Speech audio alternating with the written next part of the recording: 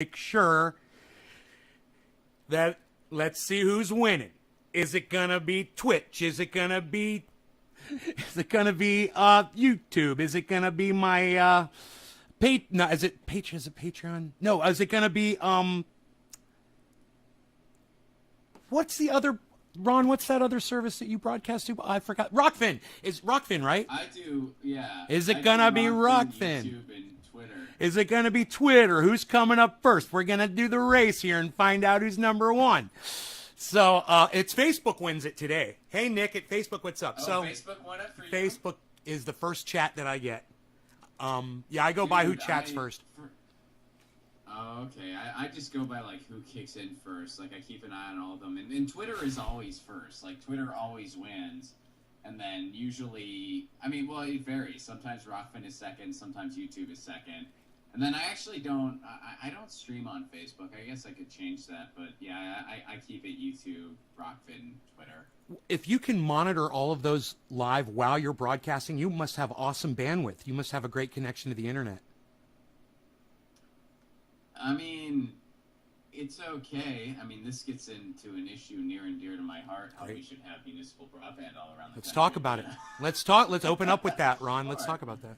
All right, sure, we can go there, man. Okay. This is why I like talking to you. You you'll take it everywhere, and you always ask really fun questions. Cool, man. I hope you have something music related for me at some point. Okay.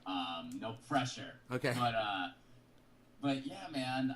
So municipal broadband, I'm sure a lot of your audience already knows, but if anyone doesn't, it basically is just city-owned internet, where the internet is a utility in your life the same way, you know, the phone lines is a utility, the same way you flowing water is a utility, the same way, you know, your garbage is collected, that sort of thing. And it already exists in the United States. You can look at Chattanooga, Tennessee for a prime example of it. And wherever that is the case, people have way better internet at a way better price. And the reason for that is because these big cable companies, they're not really interested in giving you the best internet connection possible. They're interested in making as much money as possible. When you said way better, can you just give my audience the bandwidth difference? And when they have way better, how good is their internet?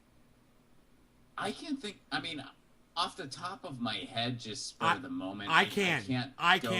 These people have 150 megabyte download. They have 50, 60 megabyte upload, and that's the basic. Right. That's the basic connection to the internet that they have. You go on, Ron. Yeah, I mean, you could look it up for like the specific numbers, but for Chattanooga, I mean, just to put it in a perspective, Chattanooga, Tennessee, they have some of the best internet, not just in the country, they have some of the top in the world.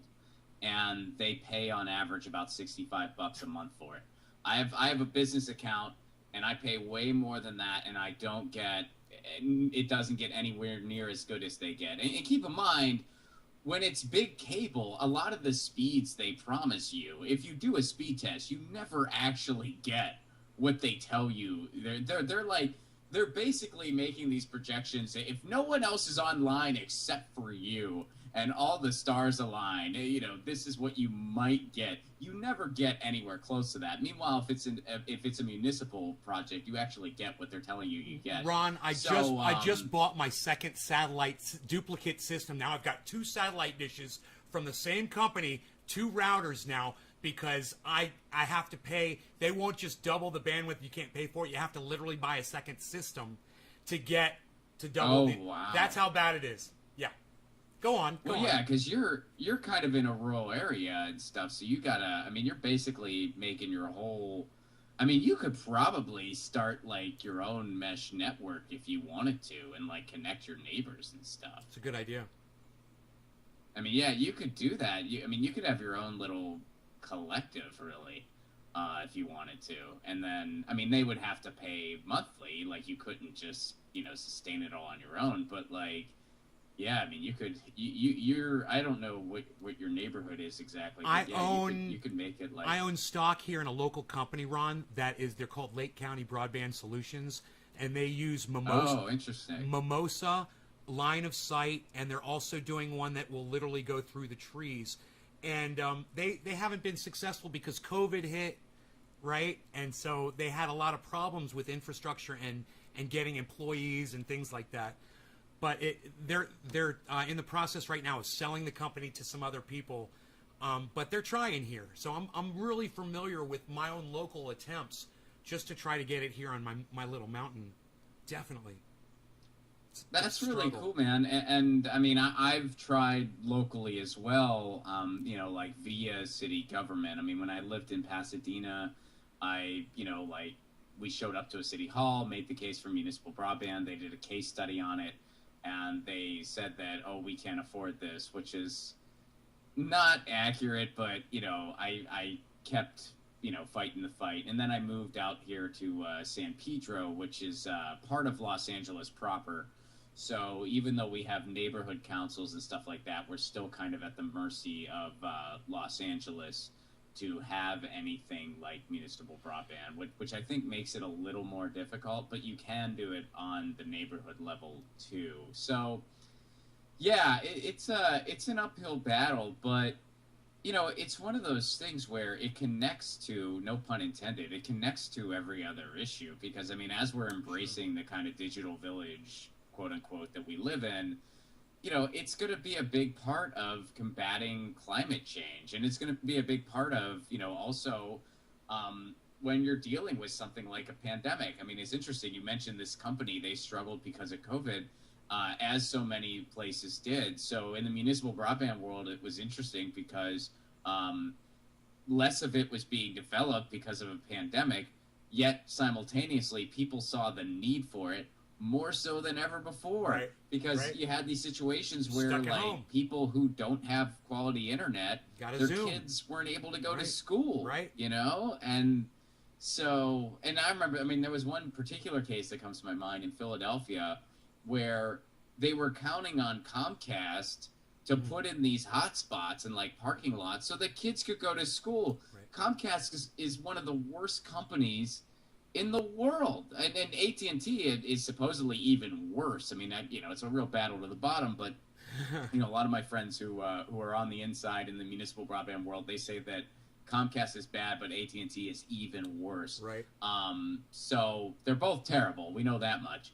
And so you're counting on one of the most unethical companies in the world to make sure our kids can learn.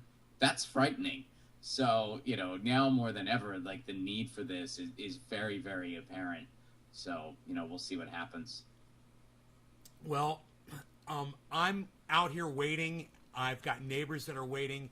We get, you know, notifications from companies that claim they're going to bring it. The government promises it. Every administration coming in, oh, we're going to get rural. We're going to do the whole, you know, we're going to get everybody on the internet. And it just seems like the whole darn society is going to collapse before everybody even gets connected. You know, it doesn't seem like we have enough time left to do it.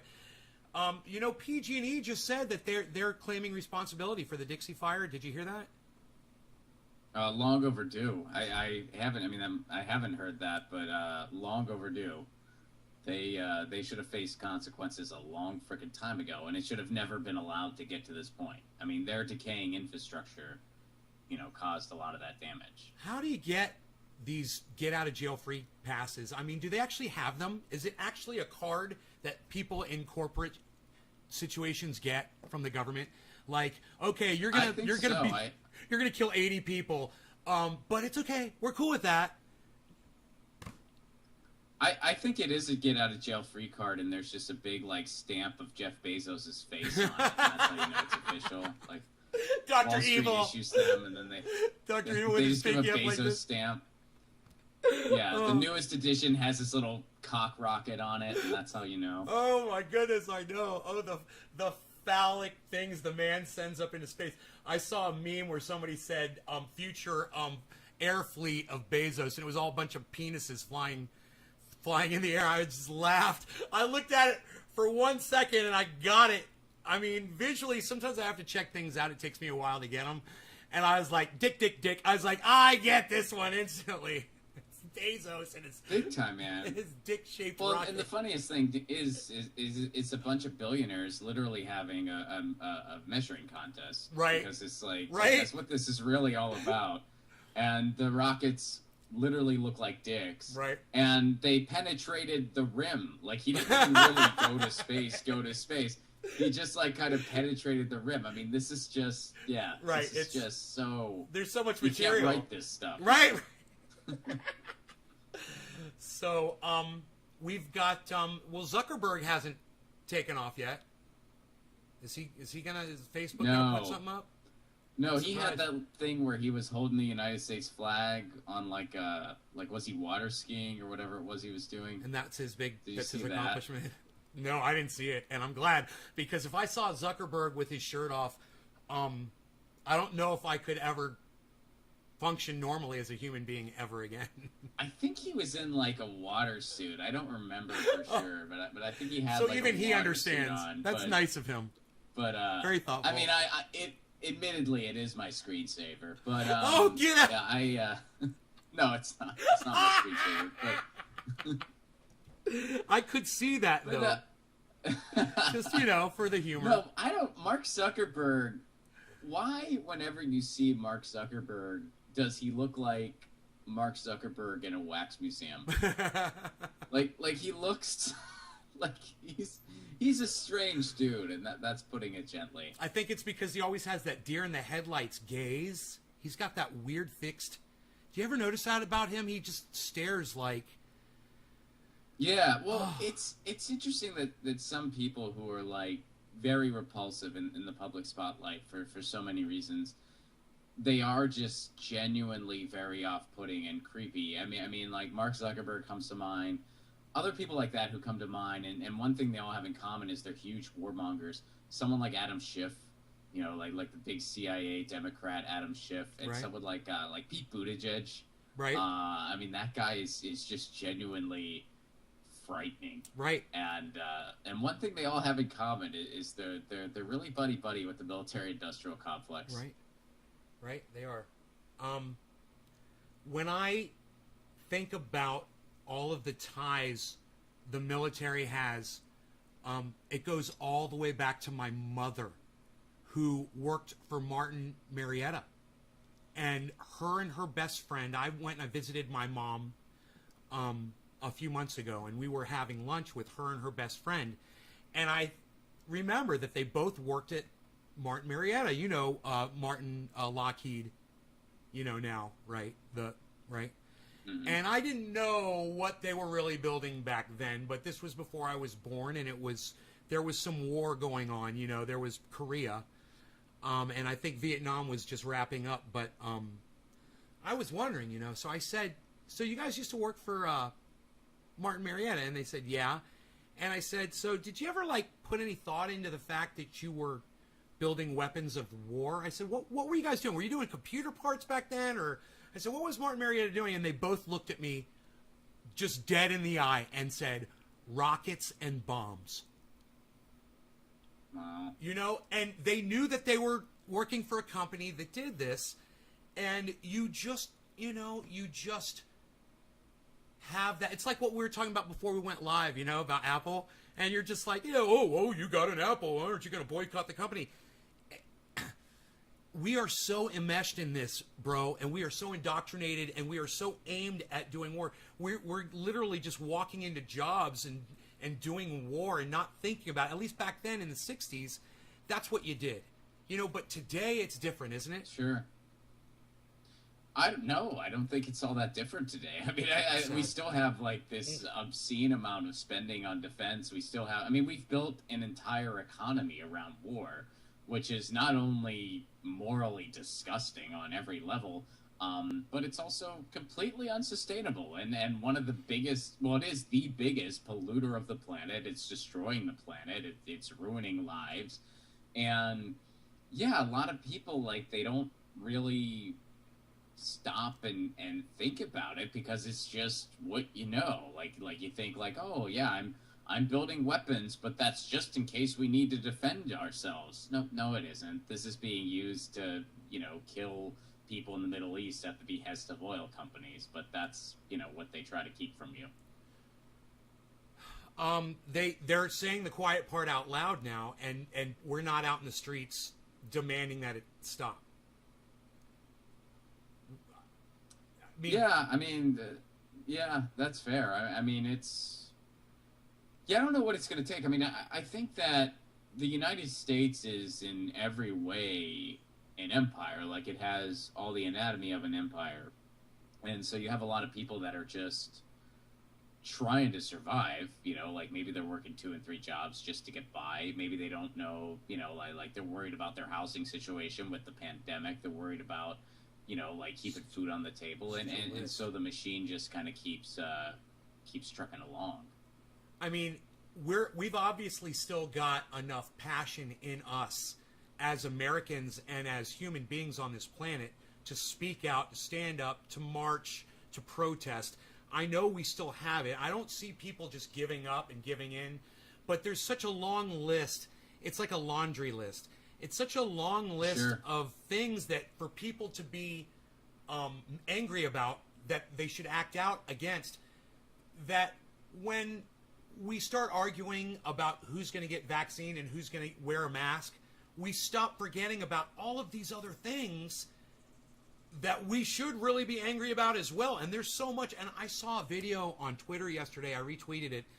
It's these parents in Tennessee that are arguing and screaming at the people that are trying to get their kids to wear masks at school. And I thought they were violent. I mean, these people were violent. I mean, not Jimmy Dore violent, but I mean, they were getting up in these people's faces and screaming at them and like hounding them as they were going out to their cars and saying no more masks and holding up signs and things like that. And I thought to myself, what a distraction. And think of all the people that are paying attention to that instead of everything else. Sure. Yeah. And I mean, I don't see the problem with kids wearing masks No. or anyone wearing masks. No. I mean, I wore mine. I didn't have a problem. Right. I don't see, I don't understand the big, the big commotion there. It's mass suppressed droplets. That's just a basic fact. The science is sound on that. But It's just something Ron, that's- devil's advocate here, it's a piece of paper held onto my child's face with strings. I mean, it's a piece of paper. Oh yeah, I mean right, but it suppresses. I mean, look, and I've looked through the studies. I didn't just take somebody's word for it. I looked at a lot of the peer-reviewed studies, and when people point to these anomaly things that oh no, look, masks don't do anything. You're demonstrating you don't really understand how the scientific method works, which we were all taught in grade school. Right. Here's what the scientific method is. You try things in different ways. You arrange your variables in certain ways, and you get different results. They're not always exactly the same. But what you're looking for is common trends, you're looking for commonalities, and then you can come to a conclusion and have consensus. So they've tried things many, many times over many, many, many years around what putting a piece of cloth over your face does. And throughout those many, many years, they have found that, yes, it helps suppress droplets. Does it suppress every little thing? Of course not. It's not like you put on your mask and then you're Superman. Superman doesn't even wear a mask, ironically enough. But it helps. So there you go. Shouts out to It Superman. helps. So let's say that I said shouts out to Superman. Yeah. Not my favorite hero. I think in many ways he's an underachiever, but... Well, when you got it all, bro, I mean, you don't have to try. But he's got nothing, dude. He couldn't even land Lois Lane.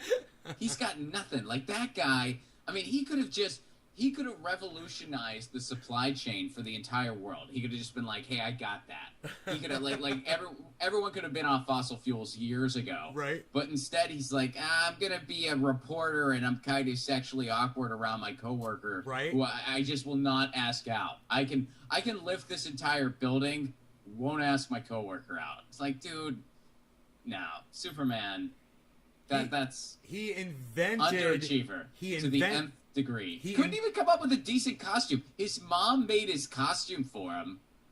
And he's Right. like, oh, I'll just take my glasses off. That's enough. I'll slick my hair back. I'll do my hair a little bit better. When he's Clark Kent, he doesn't mess with his hair. And look, I know my hair could be kind of messed up sometimes. I shouldn't judge. But, like, look. Like, you only care about your hair when you're dressed up in a costume and flying around. And then otherwise, you have glasses on. And, yeah, mild-mannered reporter. Who's inspired by that besides nobody? So, yeah, Superman, there's not many... I mean, what's the old phrase Howard Stern used to say about himself where he'd be like, never before has anyone done so much with so little. With Superman, it's like, never before has anyone done so little with so much. I mean, look at what that dude had and all the underachieving he did. So, I don't know. Well, Wolf Blitzer needed a hero. And that was his guy? Wolf Blitzer. I said Wolf Blitzer needed a hero. Superman, he needed a news guy. A news guy, right? Yeah, he needed a news guy to look to. Well, right? And that's ironic, isn't it? Because, like, we have a corporate media full of, underachievers. Right? Right? So, I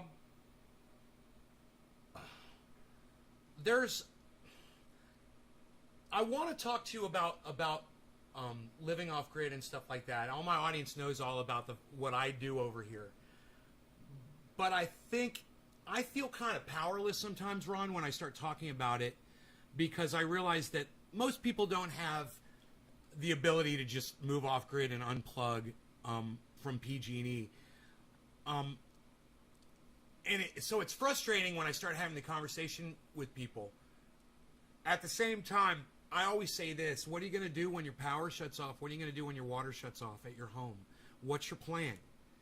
Since we've already kind of gone through something similar with the power outage in Texas, the fires in California, what's going on with COVID, being locked down, and people start to understand that, what would happen to me if I didn't have food at the 7-Eleven? I could just run down there and grab food. Where am I going to get my food from? Then it becomes something that I feel like is a necessity to talk about. And that powerlessness that I feel in other people, I kind of have found hope with this mirror reflection thing that I bring up with all of my audience and with you a couple times. But what it is just so you know, and I want you to be able to share this with your audience as well, if you'll think about it. Dr. Guy McPherson, the guy who predicted where we would be today with climate, he is the guy that is recommending this project. And the project involves placing mirrors on the ground on Earth all around to reflect the heat off the planet to try to lower the temperature.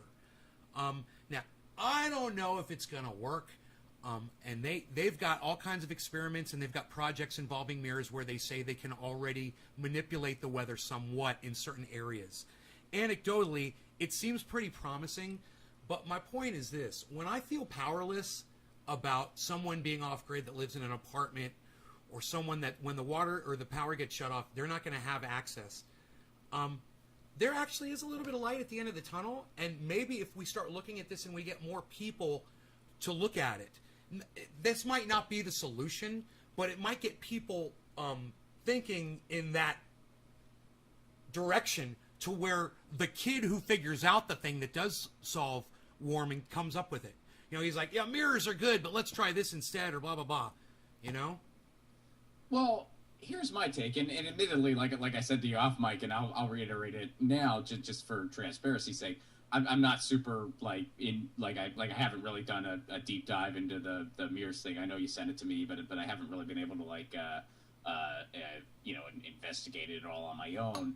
But it falls under the kind of technology solution, and I think that there's going to be a little bit of everything as far as a quote solution goes. Yes. Like there's going to be I mean, first of all, the biggest thing is we have to end the big polluters, so end the wars, end our dependency on fossil fuels, and can also, I wait, Ron, let me stop habits. you 1 second.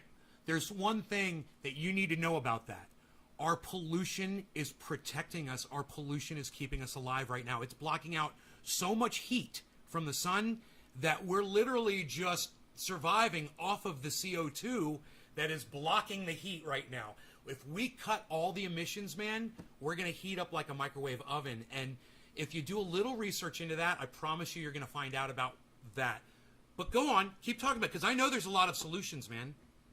You know? Well, but regardless, I mean, our dependency on fossil fuels is what's causing a lot of these problems. I mean, the fossil fuel industry is what's causing these fires. It's causing earthquakes. It's causing, it's exacerbating climate change to a big degree. Yes. So that's a big piece of the puzzle. Yes. Our lifestyle choices is a piece of the puzzle. Like trying to get away from factory farming. We should get away from it, and we should really localize the way we go about food. And I know as consumers, we try to make those efforts, or at least I do, and I'm sure you do. And then the other piece, or another piece rather, is the technology component of it.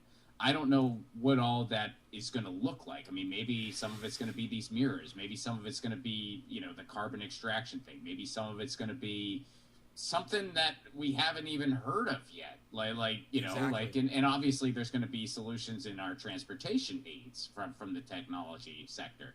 So I hate to use the term all of the above, because, that's been co-opted to be drill baby drill, which is definitely not the solution. Fracking should be banned immediately. It should have never happened in the first place. But I think as far as solutions go, like everywhere has a seat at the table.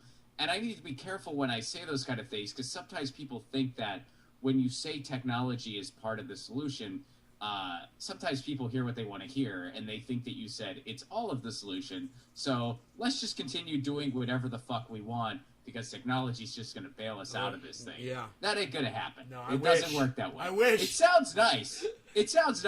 But that ain't going to be the way it goes down. I want Captain Kirk and Spock but the to save the technology is day. still part of it. Jeez. So that's what I think. And I mean, there's a lot of people who can unpack that better, that are, smarter than me. I am not a scientist. I'm not a doctor. I'm none of those things. But, I've read Deep Adaptation, and I have a lot of conversations with people in my personal life who are scientists who know a lot more than me and don't mind my constant questions. And that's what I think. And then, of course, people I interview on my show who are scientists and help unpack those things. So I think, and getting into the first thing you brought up, which was off-grid living, well, that goes into the whole lifestyles thing. I heard an anarchist, I forget her name, but anyway, she has a podcast, and I want to say it's like Maggie something, but I'm forgetting her name, so I apologize for that. But she was basically talking about just the whole like lifestyle, like the way you're living, and I think the way she put it was very, very right on. Where she basically said, the best thing we can all do is just do our best with the circumstance that we're in. Like, you are off grid, which is great, and that enables you to do like a lot of different things. I live in a more urban area, and I can't do a lot of the things you can do, but there's other things that I can do that are particular to my area, in my neighborhood. I don't have the space to grow my own food, at least not to a very large extent, but I can support all the urban farms in my area, and I do. I like getting food from them. It's delicious, it's healthy, and I know a lot of these people. I know, like, hey, I know that my berries come from Juan's farm, and he comes to my farmer's market every Friday. I know that, my carrots come from a community garden that I have physically been to multiple times, and they take my compost and then they grow more food. I know that some of the pot that I smoke has helped my friend, whose name I won't mention in case he doesn't want me to, but helps his his garden, where I give him some of my compost. Right. And some of the squash that I have. I live in the San Pedro neighborhood of Los Angeles, and there's a wide array of community garden and community efforts, and I try to support all of them, and I get vegetables and fruit and stuff from all of them, and I go to my farmer's market unless I'm out of town, I'm at my farmer's market every single freaking Friday. I'll be there tomorrow. I'm the guy that everybody waves to because they recognize my face, and a lot of people know my name. Right. And so that's something that I can do even though I'm not off grid. Wait, can I stop you? You said something on your podcast the other day. It was so funny. You said, I'm that guy when they see me coming at the farmer's market that they know they're about to have a nice conversation. You remember when you said that? Yeah, they see me coming at the farmer's I'm market. Self-deprecating about it because I always wonder if they actually enjoy my company or not. Because I do like talking to people at my farmer's market, but I wonder if they enjoy my company or not. You know, they love everybody. That's why they do what they do. They love people, and you know, you can bring comedy and joy to people. You know, you could. I was just thinking about this in a world where we don't have money or cash. Ron Placone could literally do stand-up in return for food, you know, in return for vegetables and things. You know, I'm going to do a set for you. I'm going to do a 15-minute set here at the farmer's market. Hook me up with a bushel that I can take home, you know? I mean, yeah, it does sound like a really nice world in so many ways, man. So, yeah, I hear you. But that's the way we do it here on the mountain. You know, we all barter up here. It's fun. It's great. Yeah. Well, the thing about bartering, and I like bartering, I don't think it would ever replace an economy completely because, you know, like I've read a lot of David Graeber's work, Rest in Power, and so David Graeber is the economist, the anarchist economist academic. Okay, I'm not familiar with. You should read the book Debt. If you really wanna like take a deep dive on what it really means to have money in a society, Debt, D-E-B-T, debt. Book, D-E-B-T. Okay, Yeah, okay. It's not a short read. It is a very dense, long book, but it is worth it. And take your time with it. Okay. But it just goes into the history of just the idea of currency and exchanging it for goods and services and what that really means, and so. Bartering has always had its place and still does to this day. I mean, especially like amidst the 1%. They barter all the frickin' time. Right. They get it. The powerful. And I'm not saying we should be like them because they're morally disgusting. Right. But I'm saying like we should learn that lesson from them in terms of building value because clearly they do it. They do it unethically.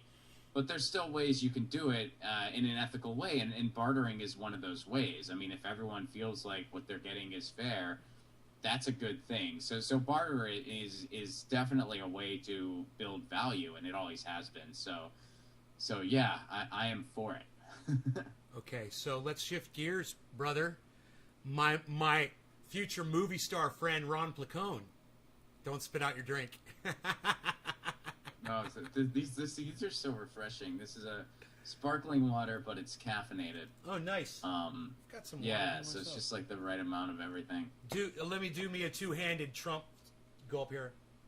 There you go. Good job. Is that just water, or do you got something special going? Yeah, it's just filtered, twice filtered water. We could talk about this actually. That's all you need. The greatest water you will ever have, Ron, is if you purchase the Brita water filter in conjunction with the Zero water filter. You'll never have to replace the Zero water filters again if you pre-filter it with the Brita. So it goes from your tap into the Brita, out of the Brita into the Zero, and it'll last forever like that.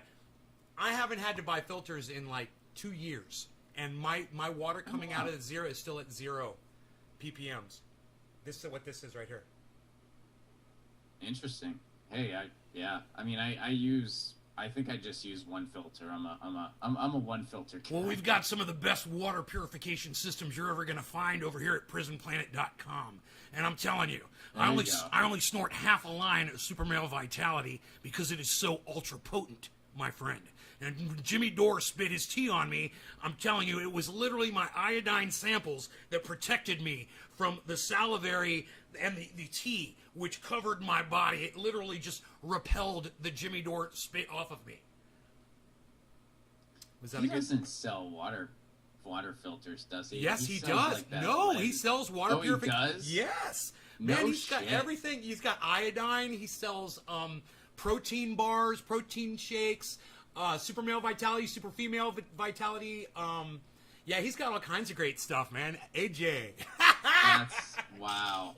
I figured he just sold, like, I know, like, wasn't he selling that, like, energy drink that had lead in it or some weird shit? I don't know. I don't follow that guy. Yeah, no. Alex Jones he's in another world, man. But Can we talk about Left It Wall? Yes, please. I'd love to. Well, I'm just kind of curious. How did it all start, man? What happened? Did somebody call you? Was this your idea, or? Well, kind of, yeah, actually. It started with, there was this guy who reached out to me, and, you know, I'll speak vague because I don't know if he wants to be, like, ID'd, but this guy reached out to me, and he used to be on Wall Street, and then he just, you know, kind of had a peek under the hood and was like, wow, this is nuts. And so he now works in the nonprofit world. He has a nonprofit, you know, and they do really cool things.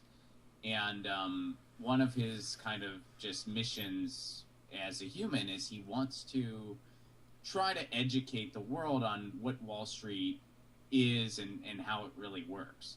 So he reached out to me because he just like knew me from online, and he wanted me to kind of write like a series of scripts that kind of like are explainer pieces on like the ins and outs of Wall Street. So we would, you know, just kind of tape these conversations where he would kind of explain like how Wall Street really works and stuff like that. And I actually learned a lot. And then I wrote these scripts for him, and you know, he's trying to figure out like what he wants to do with them or what's going to happen next. So it's sort of just like, you know, I did the project and then that was the end of it. But then fast forward a little bit and this GameStop thing happened. And I kind of thought, I'm like, man, it would be so cool to kind of like Parody. Make a movie that explains this, and it's a fictional movie, but it kind of explains how this happened. And so I got the idea, and I went and I brought it up to that guy. I was like, I know you want to, you know, I know you have these ideas on educating the public on Wall Street. You know, I feel like there's a movie in this thing that happened. And, you know, he wasn't super sold on it. Like, he's like, oh, that sounds cool, but I don't know if I could be involved or blah, blah, blah. And, but eventually I just got the idea for the script. So I'm like, well, I'm going to write this no matter what. So I did. And then I was just kind of like, I need to make this thing. And I was talking to a filmmaker friend of mine. We went on a hike together, and I was telling him about it. And he just said, you need to make this. And he is now the editor of the film. My friend Kevin, who he works for, he's part of Right Brain Studios. They made the Revolution televised documentary, and they made the Nightcrawlers documentary, and they got a lot of really cool projects that they do. They make amazing films. And can we back up right there? Editor. 1 second? Yeah, sure. What kind of a hike? What do you mean?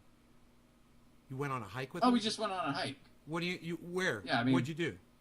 How do you initiate something like that? Is this something that you guys always do? You hang out, you hiking buddies, or you're just like, hey man, let's go on a hike? How did that happen?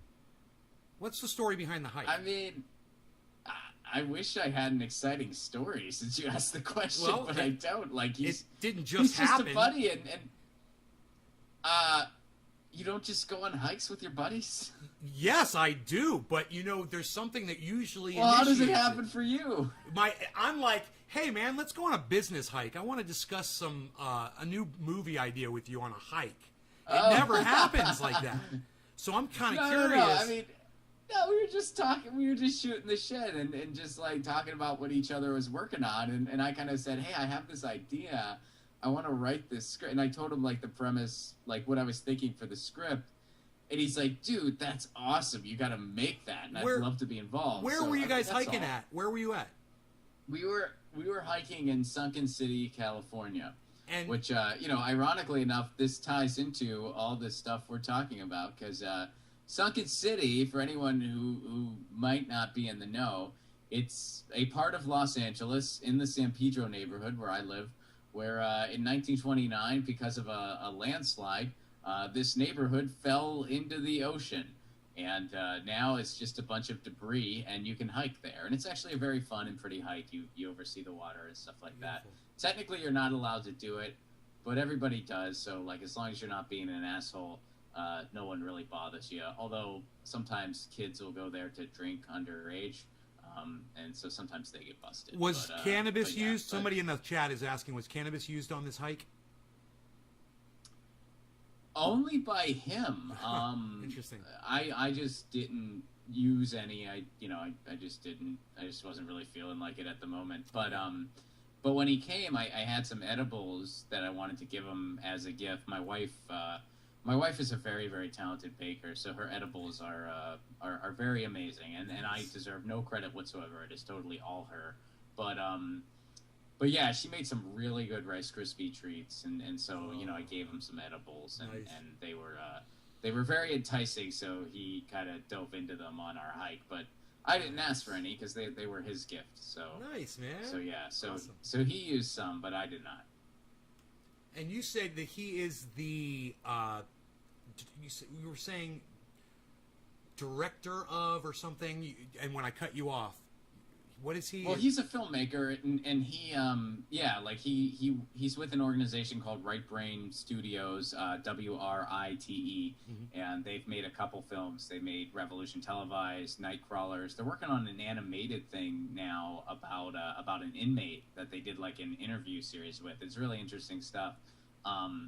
So they're more in the documentary world, whereas Left at Wall is like a scripted screenplay. It's a movie, but yeah, he edited this trailer, and I'm hoping that he'll edit the actual film itself when we hopefully break ground on it. I mean, the GoFundMe's out now, but yeah. So how can my audience find the GoFundMe? If you go to GoFundMe.com and I can also drop the link to you in the chat, and you can share it out if you want. Fantastic. But if you go to GoFundMe.com and you just type in Left at Wall, it'll take you right there. It's the first thing that comes up because you'll see my name, and yeah. But here, I'll drop it to you right now in the private chat here, and then you can share it if you want. And yeah, it just launched.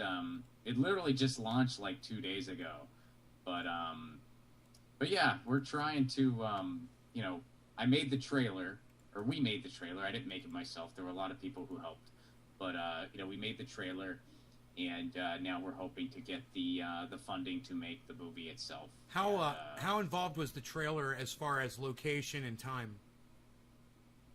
Oh, completely. I mean, all the locations we use are the locations we're going to use for the film itself.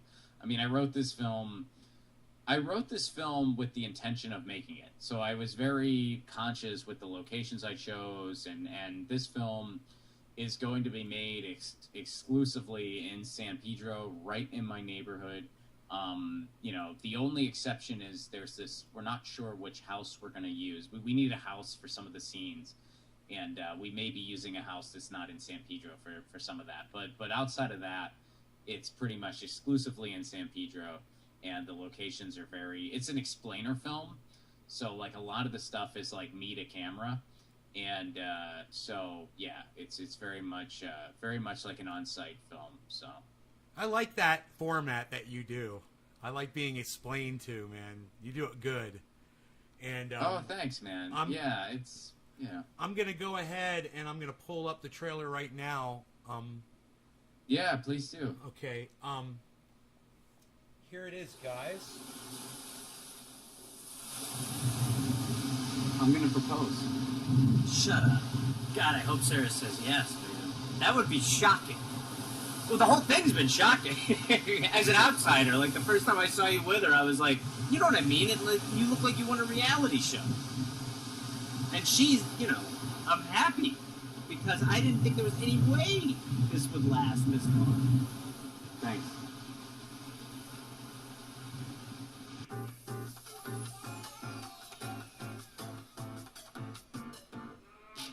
I'm a writer. My more successful brother, he's on Wall Street. I don't know how it happened. So, how was Dawn? He's done. It's Tiffany. They want to meet up tonight. Dawn has some exciting news. Tell him to send the cliff notes to whogivesaShit@gmail. John, come on. He's your brother. Not my call. You wouldn't understand. You wouldn't understand. Your whole thing with Wall Street, John, is how complicated it is, okay?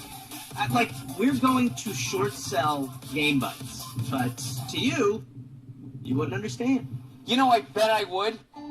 John, I just can't anymore. Save your drama for the page. I just can't. What are you saying?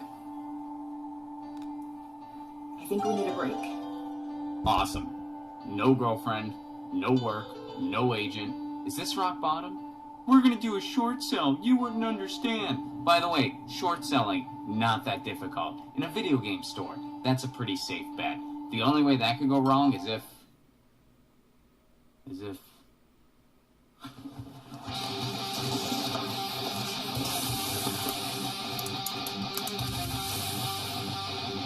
Game Bites. We need to buy shares of it.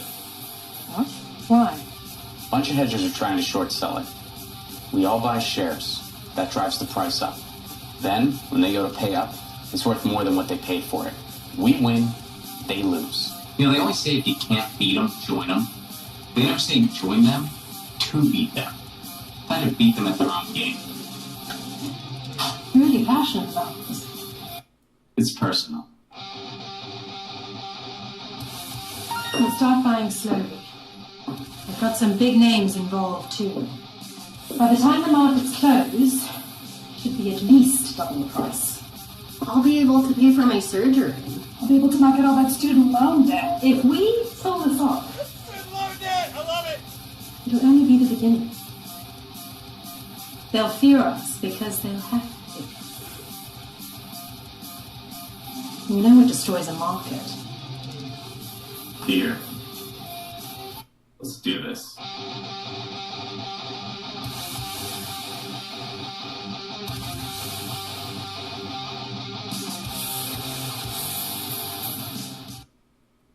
Wow. So, can I just ask you, where'd the music come from that?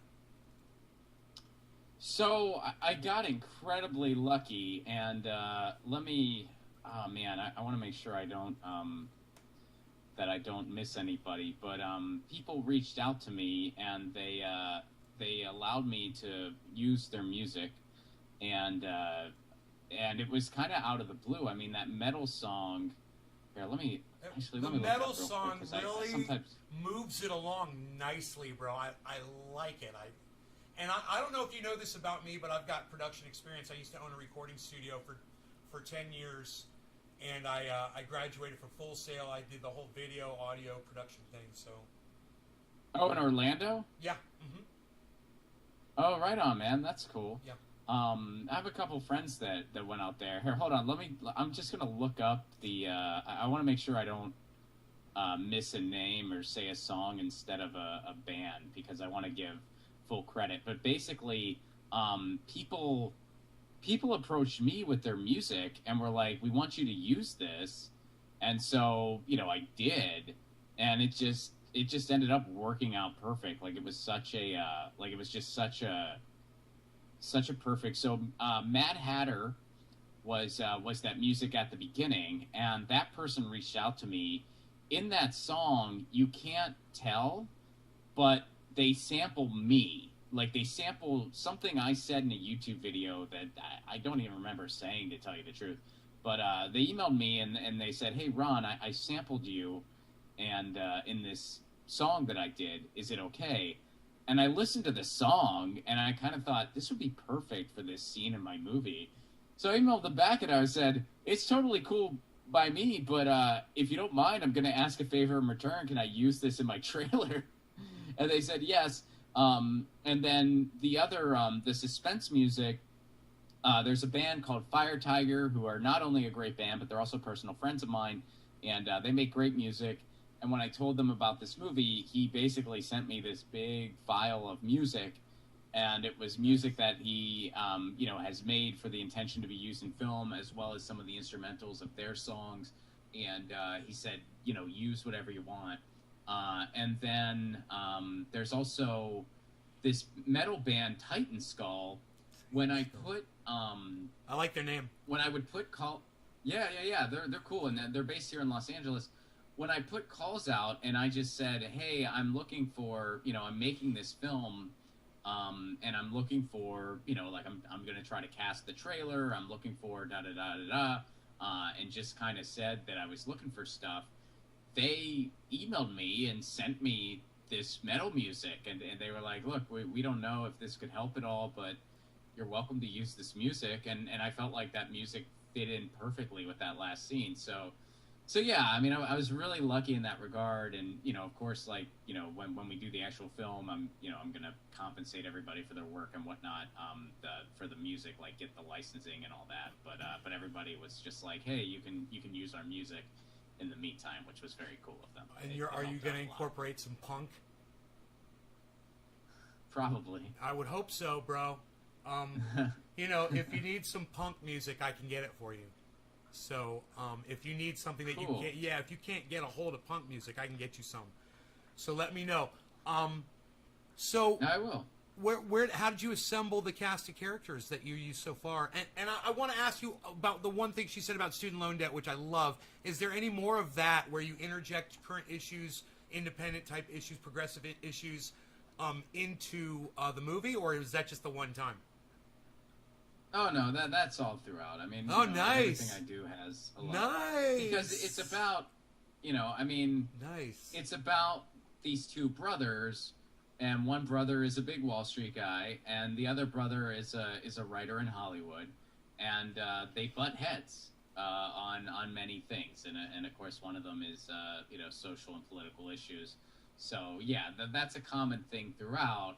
And, the premise of the movie is, it's based on what happened with the GameStop thing, where a bunch of people bought the stock of GameStop to drive the price up. And by doing so, they screwed over all the hedgers who were going to short sell it. But in this movie, the movie, of course, is fiction.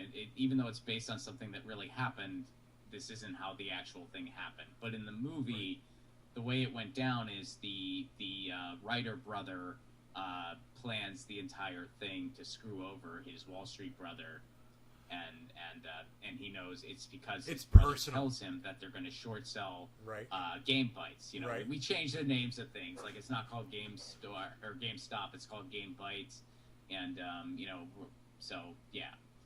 Okay, so it's based on reality, but the story is a fictional one. Somebody in the live chat made the comment that the brother that's playing the brother looks like Jackson Hinkle, which is true. I didn't notice it the first time. When we all watched it last night when I was promoting the show, and I didn't notice it. And then after the show, I showed the trailer, somebody said, "Yeah, look, that guy, the brother, looks like Jackson Hinkle." And I was like, "Yeah, I guess he kind of did."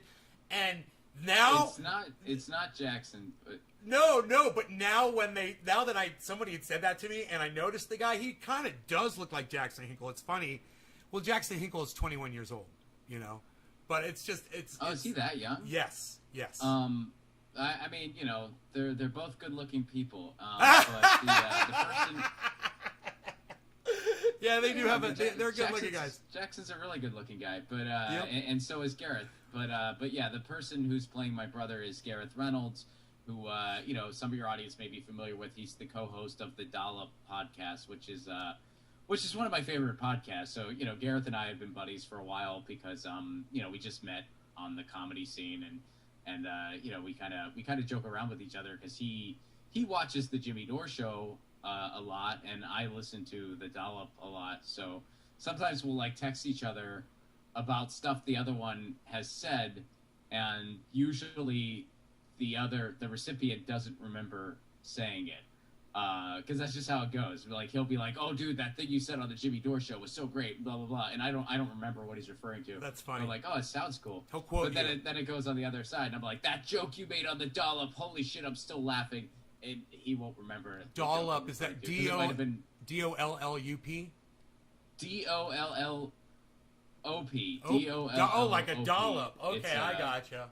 Dollop, yeah. It's a wonderful podcast. It's an American history podcast, and it's hosted by Dave Anthony and Gareth Reynolds. I'm gonna check it out. I've never even heard of it until right now, and I'm really happy. Oh, really? Yeah, I'm really happy because we've got lots of people watching my show right now, and they're all hearing about this too, which is great. So, Dollop, everybody. podcast. Yeah, I mean, I wrote the script with Gareth in mind to play. Like, he was the first person I thought of where it's like, man, if Gareth did this, it'd be really awesome. He'd do such a good job. And, you know, he read the script and he said, okay. I have not casted everything yet. So far, I have only casted the trailer. Like, I just casted the people I needed for the trailer.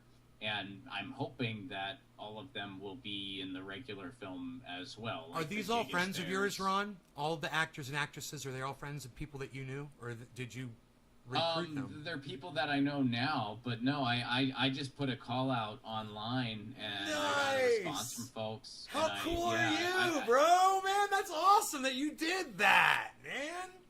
That is so cool. It was neat. I mean, well, and it's funny because we never met in person until filming because you know, these pandemic times. So all of the interviews or whatever you want to call it, they all took place on Zoom. Like, I would just Zoom with people, so it was kind of funny because you know, Kimberly, the girl who plays Sarah, which is the name of John's girlfriend. And I'm playing John. Before she came over for the shoot, the DPs were kind of asking. They were like, well, how tall is she? And they were asking all these questions, and I didn't know the answer to it. I'm like, I'm not sure how tall she is. So we didn't know if she was taller than me, if she was shorter than me. Like, we didn't know any of that stuff. But we were like, well, whatever it is, it's going to work. I mean, you know, she's perfect for the gig. So whether she's taller than me or not, it'll work. It doesn't matter. Sure. And if she's taller, that kind of makes it even better. And she is taller than me. So, So, yeah. No, do you know what? I didn't even think about that, Ron. And you're right. There's a considerable size difference between the two of you. And to me, you guys just look like a normal couple that was just living. And I didn't even consider size at all. That's so funny. It didn't even pop in my works. head. And then it I'll does say work. Another thing about it totally works. Oh, sorry. I didn't mean to cut you off. No, I'm just saying. I'm agreeing with you and saying it works. Oh, all right on. Yeah. But I'll say one other fun thing about the casting.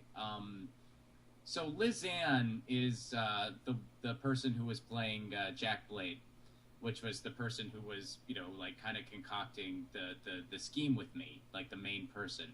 And that's a prominent role throughout the film.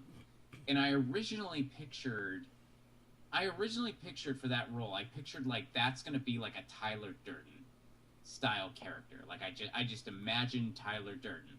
So I kind of thought like a male, right? Like I pictured like a Tyler Durden style, like a slightly nerdier Tyler Durden was what I wanted for that role originally.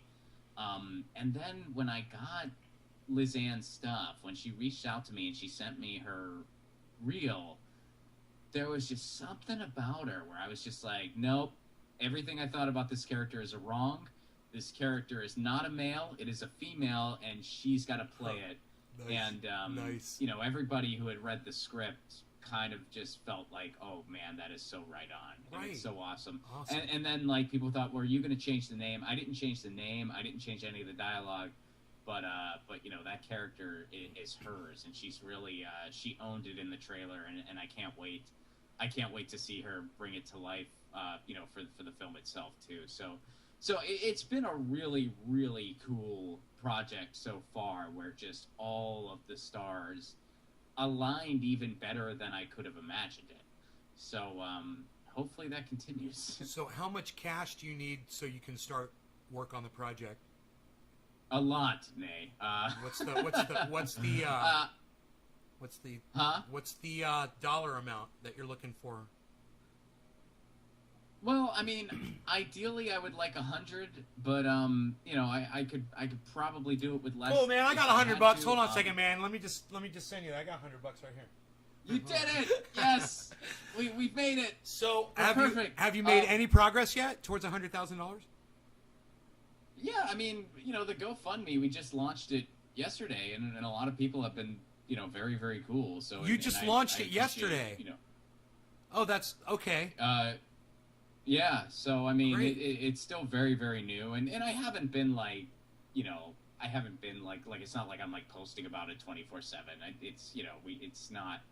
I don't want to like overexert things. I want to roll it out slowly, And then the other thing that we are looking for, I don't know if this pertains to, you know, any of your listeners, but we are also looking for actual investors. And, you know, like what that means is, you know, you would give a more sizable amount than one would give for like a GoFundMe, and you would actually get points back on your investment. So you would be an actual investor in the film.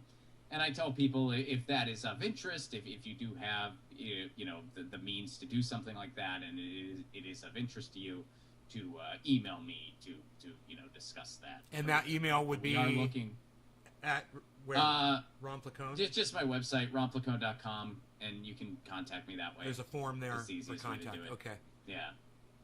There's the form, and that goes straight to me. And yeah, I ask people to just, you know, email me if that is of interest, because we are looking for, you know, like formal investors and stuff like that. So I'm hoping that between, you know, crowdfunding and investors, I'll be able to get the means necessary to make this puppy, and you know, just taking it one step at a time.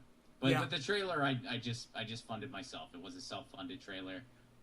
You know, I mean, everybody was paid, but it was just a self-funded trailer. Well, it's it really, I think it portrays your idea so well. When I saw it, I thought the movie was already produced, bro. Is that a good thing? Yeah, it's good. It's a really good thing. I thought these were just clips from the movie. I was so excited. I was like, oh man, he's got a movie. This is great. Blah, blah, blah. And yeah, and then find out that this was just seriously just shot a trailer. It's so what that does, Ron, is it creates a lot of excitement, man. I'm really excited for you because everybody can see the direction that you're going with that, and it's just, you know, it's not, people don't often get a glimpse inside the inner workings of the creation of a production like this, you know. Well, it's my first one. I mean, I've been around the indie film world a little bit, just like, you know, from a distance, and you know, like I occasionally get some acting gigs and stuff like that, but this is my first time being like, I want to make a movie, you know. I mean, I've written a lot of scripts that have never seen the light of day. I have a lot of pilots out there, you know, and stuff like that, and I always, I mean, I write about a script a month, you know, but this is the first time where it's been like in the peripheral to be like, okay, I'm gonna make this. And you know, I decided to do it because it's like, I feel like people, you know, especially if you're in a creative field, whatever it is, if you're a comedian or a musician or an actor or whatever, but really anyone in any field, I feel like you have those moments where it's kind of a go hard or go home, you know, put up or shut up moment, and this is one of those for me, where it's like, okay, I'm putting this out there. I'm gonna do this. Good for you, and brother. you know, this is a turning point. I hope, and so you know, I'm very confident this is gonna happen. I don't know exactly how yet, again, because like, you know, we're just on like day one of what's gonna be a pretty long journey, but you know, I'm not gonna stop. So Good, man. so I look forward to making this movie, and I can't wait for people to see it. And in the meantime, you know, if you are able and interested to contribute to the GoFundMe, that is very, very appreciated, and thank you so much. There are perks involved too. You can go on the GoFundMe and see the different perks that are involved for people who give. Everybody gets a shout out on my podcast as a thank you. Nice. And you know, and then there's other tiers like where you'll get mentioned in the credits, and there's like going to be a virtual screening with a Q&A from the cast. Nice. And behind the scenes footage that we'll send to you. So you know, that's all listed on the GoFundMe. So there are perks for people who are able to contribute. But yeah, so I'm excited. I'm excited too. And I know that a lot of other people are going to be excited too when they hear about this. So the more people that you guys can share this video around, or go visit Ron Placone and get your news on with Ron on YouTube. Go to his channel, Ron Placone. It's Ron Placone channel though, right? It's called Ron Placone. Yeah, it's just Ron Placone. All Yeah. my stuff is just Ron Placone. It's just youtube.com/Ron Placone, Twitter @Ron Placone, Instagram @Ron Placone, and to email me, ronplacone.com. There's a thing that says contact. Those emails go straight to me. So, how old were you the first time you heard the Ramones? Ooh, damn, man. I wish I knew. I feel like maybe like 10? Because, I mean, I heard I Want to Be Sedated. I mean, that's my first memory of the Ramones. Like, I just heard that song on the radio. And, you know, it was I Want to Be Sedated. I can tell you that my first Ramones CD that I purchased, I was in 7th grade. Wow. And I got, wow, you were on it. 7th grade. yeah, I got Loco Live. It was this live album that they did. And it's funny because at the time, I didn't even realize, like, I'd heard I Want to Be Sedated on the radio, but I hadn't really, like, listened to any actual Ramones albums outside of that. So my first, like, getting a Ramones album was getting this live album, and I didn't know that they speed their songs up a lot when they do them live. So it's funny, like, I had only ever heard Blick Scrape Bop live. I had only ever heard Rock and Roll High School live. I'd only ever heard KKK Took My Baby Away live, Rockaway Beach live. So then later when I heard the studio recordings, I was kind of disappointed because like they play it with such ferociousness live, the and energy, it's just like, you know, falls to the wall, like and then recording. I mean, I think it kind of took a while for people to figure out what it really means to like record punk rock, kind of like where less is more, you know, low fidelity, and so and they were doing lo-fi. Totally. Yeah.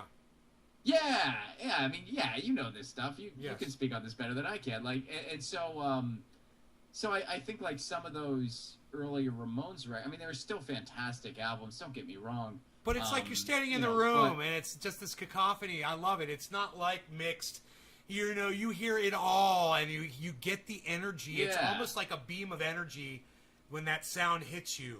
And I heard them on the radio yesterday, and I've got a really nice stereo system. And this was a very lo-fi recording. It was a song. It was very similar to Rock and Roll High School. It had that da na na na na na na ba ma ma ma ma ma ma ma. It had that whole call response thing going on. But it wasn't Rock and Roll High School. It was another one of their songs, and it was a lo-fi recording. And I turned it up loud, and I was thinking about you.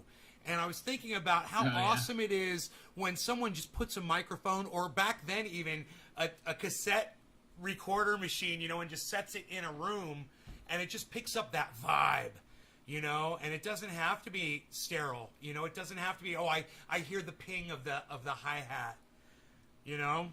Right. It's not about there's some great records that were made super lo-fi. I mean, like, Mountain Goats, All Hail West Texas comes to mind. For anyone who hasn't checked that out, I recommend it.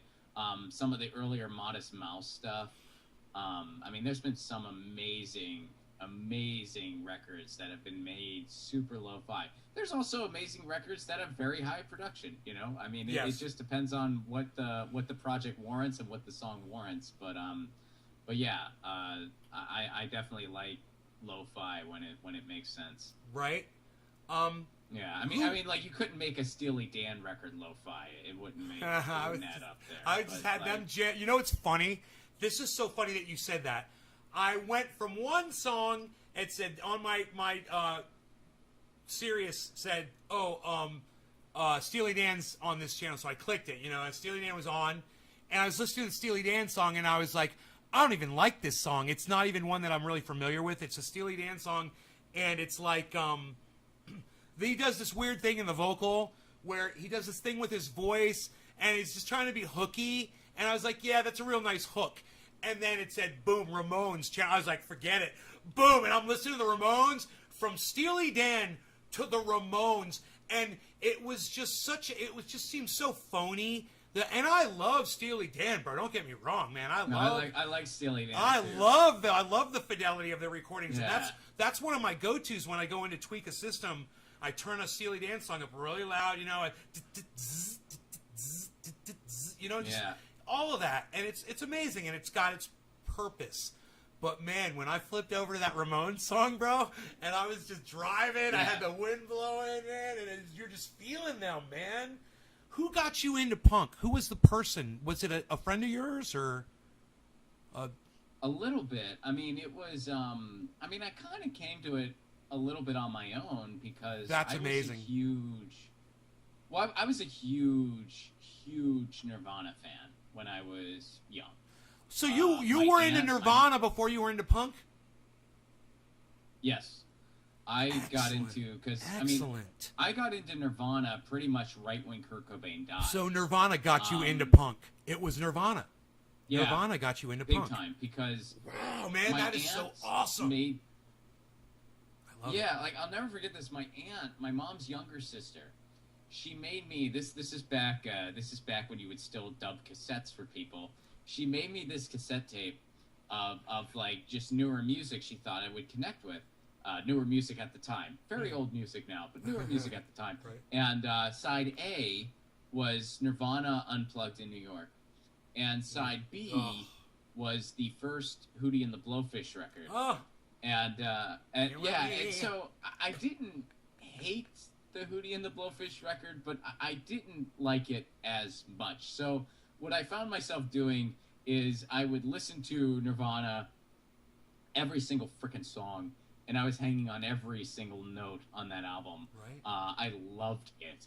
And then Hootie and the Blowfish would come on, and I would listen to maybe one or two songs, and I would fast forward through it to get back to Nirvana. And yeah, and I listened to that cassette until I think I wore it out. And so from there, I started buying. I mean, I got Nevermind, I got Bleach, I got, and you, I mean, all of them. I mean, there were only so many to get, so I got them all. And I, you know, Kurt Cobain had died, but it was right around the time all those books about them came out. So I got Come As You Are, the book Michael Azerrad wrote, and it became like my favorite book. I would just read it over and over again about like just their story. And I would look at Kurt Cobain's t-shirts, and I would go try to find that band, because he wore band t-shirts all the time. So I would be like, who is Black Flag? Who is Flipper? Who is Husker Du? Who is... And I would go, Yes. and I would go to try to find these albums. And then, so I got into it a little bit on my own. And then later, at my community swimming pool, there was this guy named Dave, who is still my friend to this day. In fact, I mean, the last time I was in Philadelphia, I crashed at his place. So Nice. we're still buddies, literally to this day. And it's funny because when you're like a kid, he seemed so much older than me. Because, like, you know how, like, when you're a kid, like, if someone's like a year or two older than you, they seem like such an elder, you know, like, oh, they're so much older and wiser. Yes. And meanwhile, it's like, yeah, Dave's like a year and a half older than me. Like, we're the same age now. Right. Like, now we are the same frickin' age. But back when we were, you know, when he was 12 and I was 10, or he was 13 and I was 11, it's like, whoa, Dave's such an Older person. advanced elder to me. Yeah. So he had, this was back when everybody would write on their backpacks in whiteout pen. That was the cool thing to do, writing in whiteout pen on your backpack. Right. So Dave would write Fugazi and whatever on Bad Religion on his backpack. So I would look at Dave's backpack, and then I would go, whenever I was at the local record store, I would try to find, I would memorize. I was like, what does I that love say? this. What does that say? Right. Fugazi? Okay, I'm going to go try to find that record. Right. What does that say? Bad Religion. Oh, I'm going to go try. And then later, because, like, I thought Dave was really cool. And I still do. Dave's a great guy. But I would go talk to Dave about the band as if I knew it the whole time, and I didn't, you know, look at it from his backpack. Like, I'd be like, hey, Dave, I was just listening to Minor Threat, who I've been listening to for years, and didn't just find out about because of your backpack. And yeah, so that was how I got into punk rock, man. And then I started just discovering other sort of subgenres on my own. And, you know, I went through like the pop punk phase when I just, you know, really wanted girls to like me and want to date me. And you know, I kind of just expanded from there. And I went through that kind of obnoxious phase where I didn't listen to anything that wasn't punk rock. And I was like, I don't listen to anything else. But I outgrew that really quick to realize, you know what, I love a lot of different music, and punk's one of the, you know, types of music that I like a lot. It might be my favorite if I really just had to pick one, but, you know, I just love so much music that's out there that, you know, it's hard to kind of narrow it down. But Right. Nice, man. I can keep you as long as you want to stay, Ron. You know, I'm let's do a few more. Let's do a few more minutes, and then Nice. I should get going here soon. But. Okay, cool. So, how's your shoulder doing? You know, you had said that the triage oil was helping with your shoulder. Is your shoulder healing up, or It's more my neck. your neck? My neck is the thing that I permanently. I think I hurt my shoulder doing something, but yeah, it's totally fine now. It wasn't anything serious. Good. But Good. So it's healing up. Did you Yeah. think maybe the oil helped heal it oh up? yeah, it's fine. The oil helped. Yeah, I think I just actually I remember now. So I live up the hill from the beach, and on 4th of July, or it might have just been a random day. Maybe it wasn't even the 4th of July. But anyway, what my wife and I do, is we kind of load up. We have this wagon with like a net on top of it, so we kind of load it up with all the stuff we need, and then we just kind of walk it down the hill to the beach, and it's very nice. And if we Nice. forget anything, we just run back up to our apartment. So So cool. beach days are a lot of fun, and friends don't mind coming to us, which is very nice. But so anyway, I had like this cooler like draped around my shoulder, and I just kind of, it was just probably like leaning the wrong way, and it just kind of, my shoulder was a little sore, you know. Mhm. Nothing major, but yeah, the oil really helped. I mean, I put the oil on, and the next day, you know, it did help significantly, and it helped my wife too. My wife recently, she had a very, very minor break. She broke her elbow. Very minor. She's not even in a cast. They just kind of put it in a sling for a little bit, because it was a very, very minor fracture. But we did put some oil on it. You mentioned that I had said something to you, I think in a super chat or something. I think you brought that up on your show, I think, during a podcast. Yeah. And man, Well, it's weird. She got it roller skating, and I wasn't even around her. And the reason I wasn't was because my wife played hockey in high school. She has been ice skating her entire life. So when we went roller skating, I assumed it was going to be like when we go ice skating, where she is flying around the rink, Right. and I'm just sort of going at my own pace. I'm not like a terrible skater, but I'm not good at it. I mean, I can move around and I have a good time, but I'm not the fastest guy out there. I'm not the slowest either. I'm not holding on to the ramp or anything, but I'm not great at it, and I don't really know how to stop. So eventually I just kind of skate into the wall and then get off the rink. right. But I am just average at ice skating and at roller skating. I am like just average at both. My wife, which I didn't know, and she didn't know until recently, is really great at ice skating, and for some reason can't roller skate. Huh. It's interesting. I don't know why. So, That's like, interesting. so I was just like, I don't want to hold you back. You do your thing. And I just go skating at my own pace. And then, you know, I see her a little while later, and she had fallen and hurt herself. And she's like, I'm really struggling. And I was like, you are? And she's like, I don't understand it either. Oh. So, yeah. Concrete, But too. she still had a good time. I mean, it was still a good time. But yeah, she did sustain a minor injury there. But, you know, she's doing good now. So. I will send you another jar anytime, brother. You know, anytime. Just let me know. I appreciate it. Yeah, Yeah. no, I am a regular user, and I've you know, I've shared it with other people who have enjoyed it as well. So Cool. So, what was I just wondering? It's so funny. Something popped into my head. It was totally not about this. It was about something totally different. But I forgot. So that's okay. I'll try not to remember that one thing. So you're touring around. You're going to be doing stand up again. Are you touring with Graham again?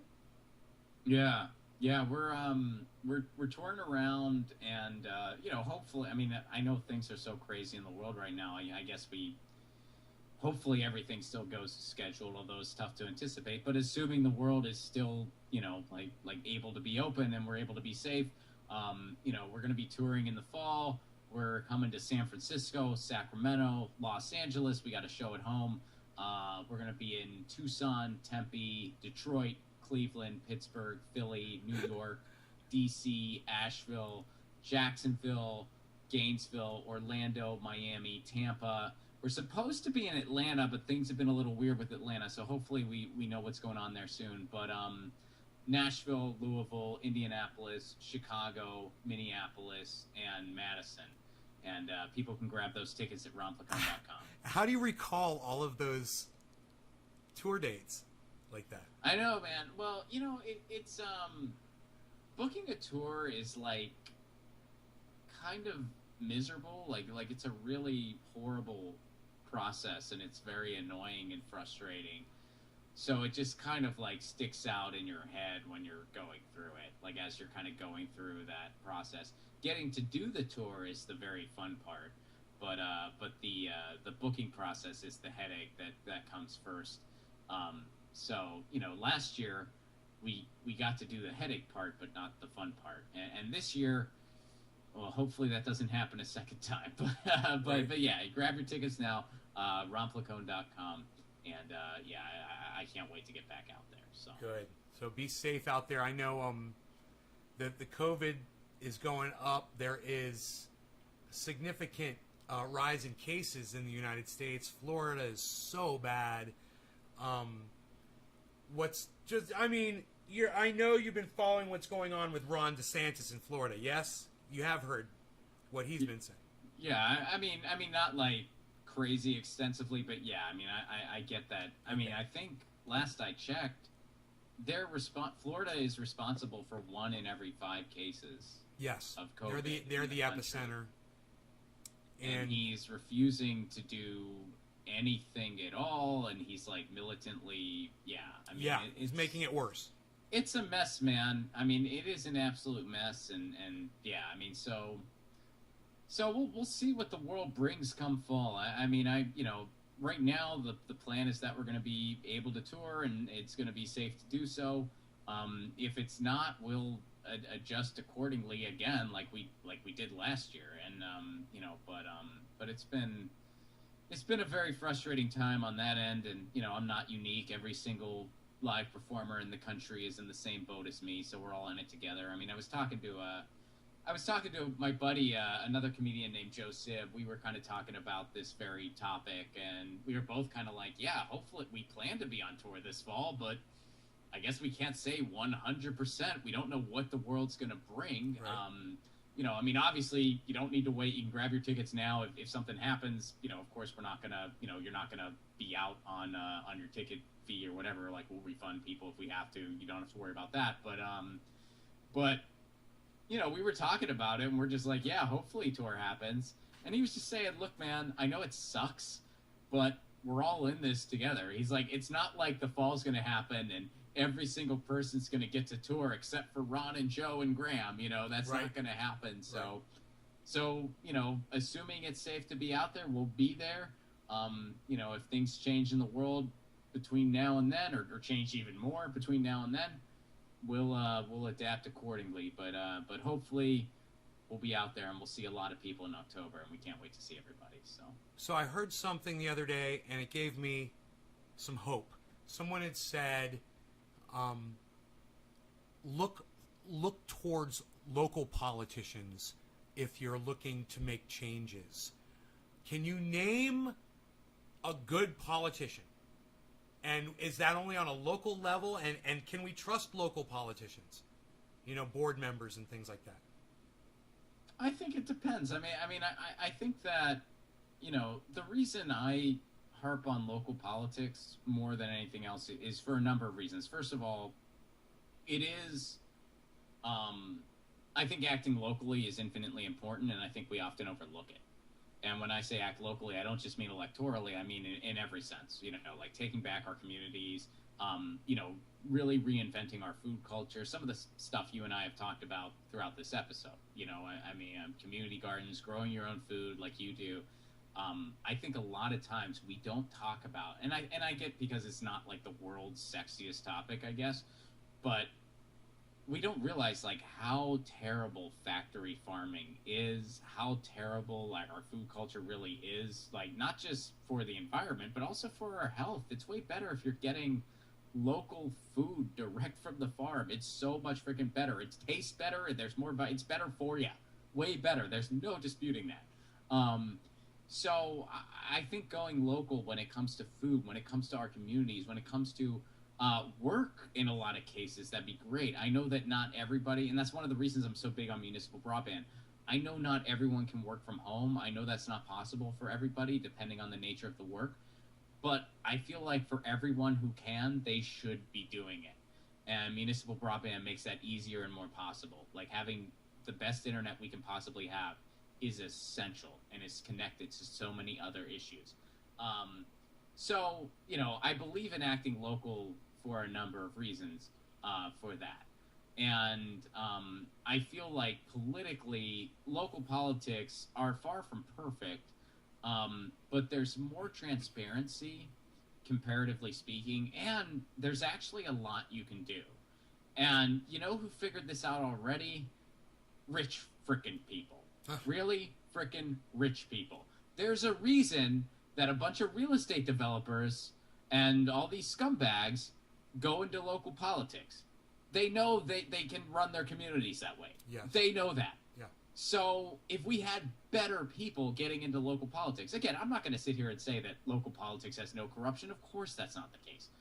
But comparatively speaking, it is so much more transparent and better than like state or federal that, yeah, for me personally, that's where I'd rather invest any electoral energy that I want to invest. Is it impossible to get the money out of politics? It's not impossible, but how would you go about a long way to go? With legislation? You saw what just happened with the Democrats, and I give them credit for this, Ron. Listen to this. The Democrats were trying to pass a bill that was going to expose the source of all of their investors, all the people that give politicians money, the corporations, everything. And the Republicans blocked it. It was Ted Cruz. He spoke 3 times. I saw the video. Did you hear about that at all? It happened just 2 days ago. Okay. Check this out for sure, Ron. Check this one out. I believe it was Chuck Schumer. And they're trying to pass this bill that was going to take the power out of the Pelosi, basically. No more insider trading. You're not going to be able to just take money from any corporation and no one's going to find out about it. Well, it's, like Joe Biden said, nothing fundamentally shall change. Yeah. Yeah, I mean, I know there's been some efforts where, like, there's even that, like, pledge that I think Rokana came up with that, where it was, like, that pledge that they're trying to get people to sign to say they won't take corporate money. It's great. I mean, that's a start, and that's a good thing. I really want to see that become the norm, totally. But we need to go so much further, and we need to just completely get money out of politics. I mean, that was Bernie Sanders' whole thing, was he's not taking money. Yeah.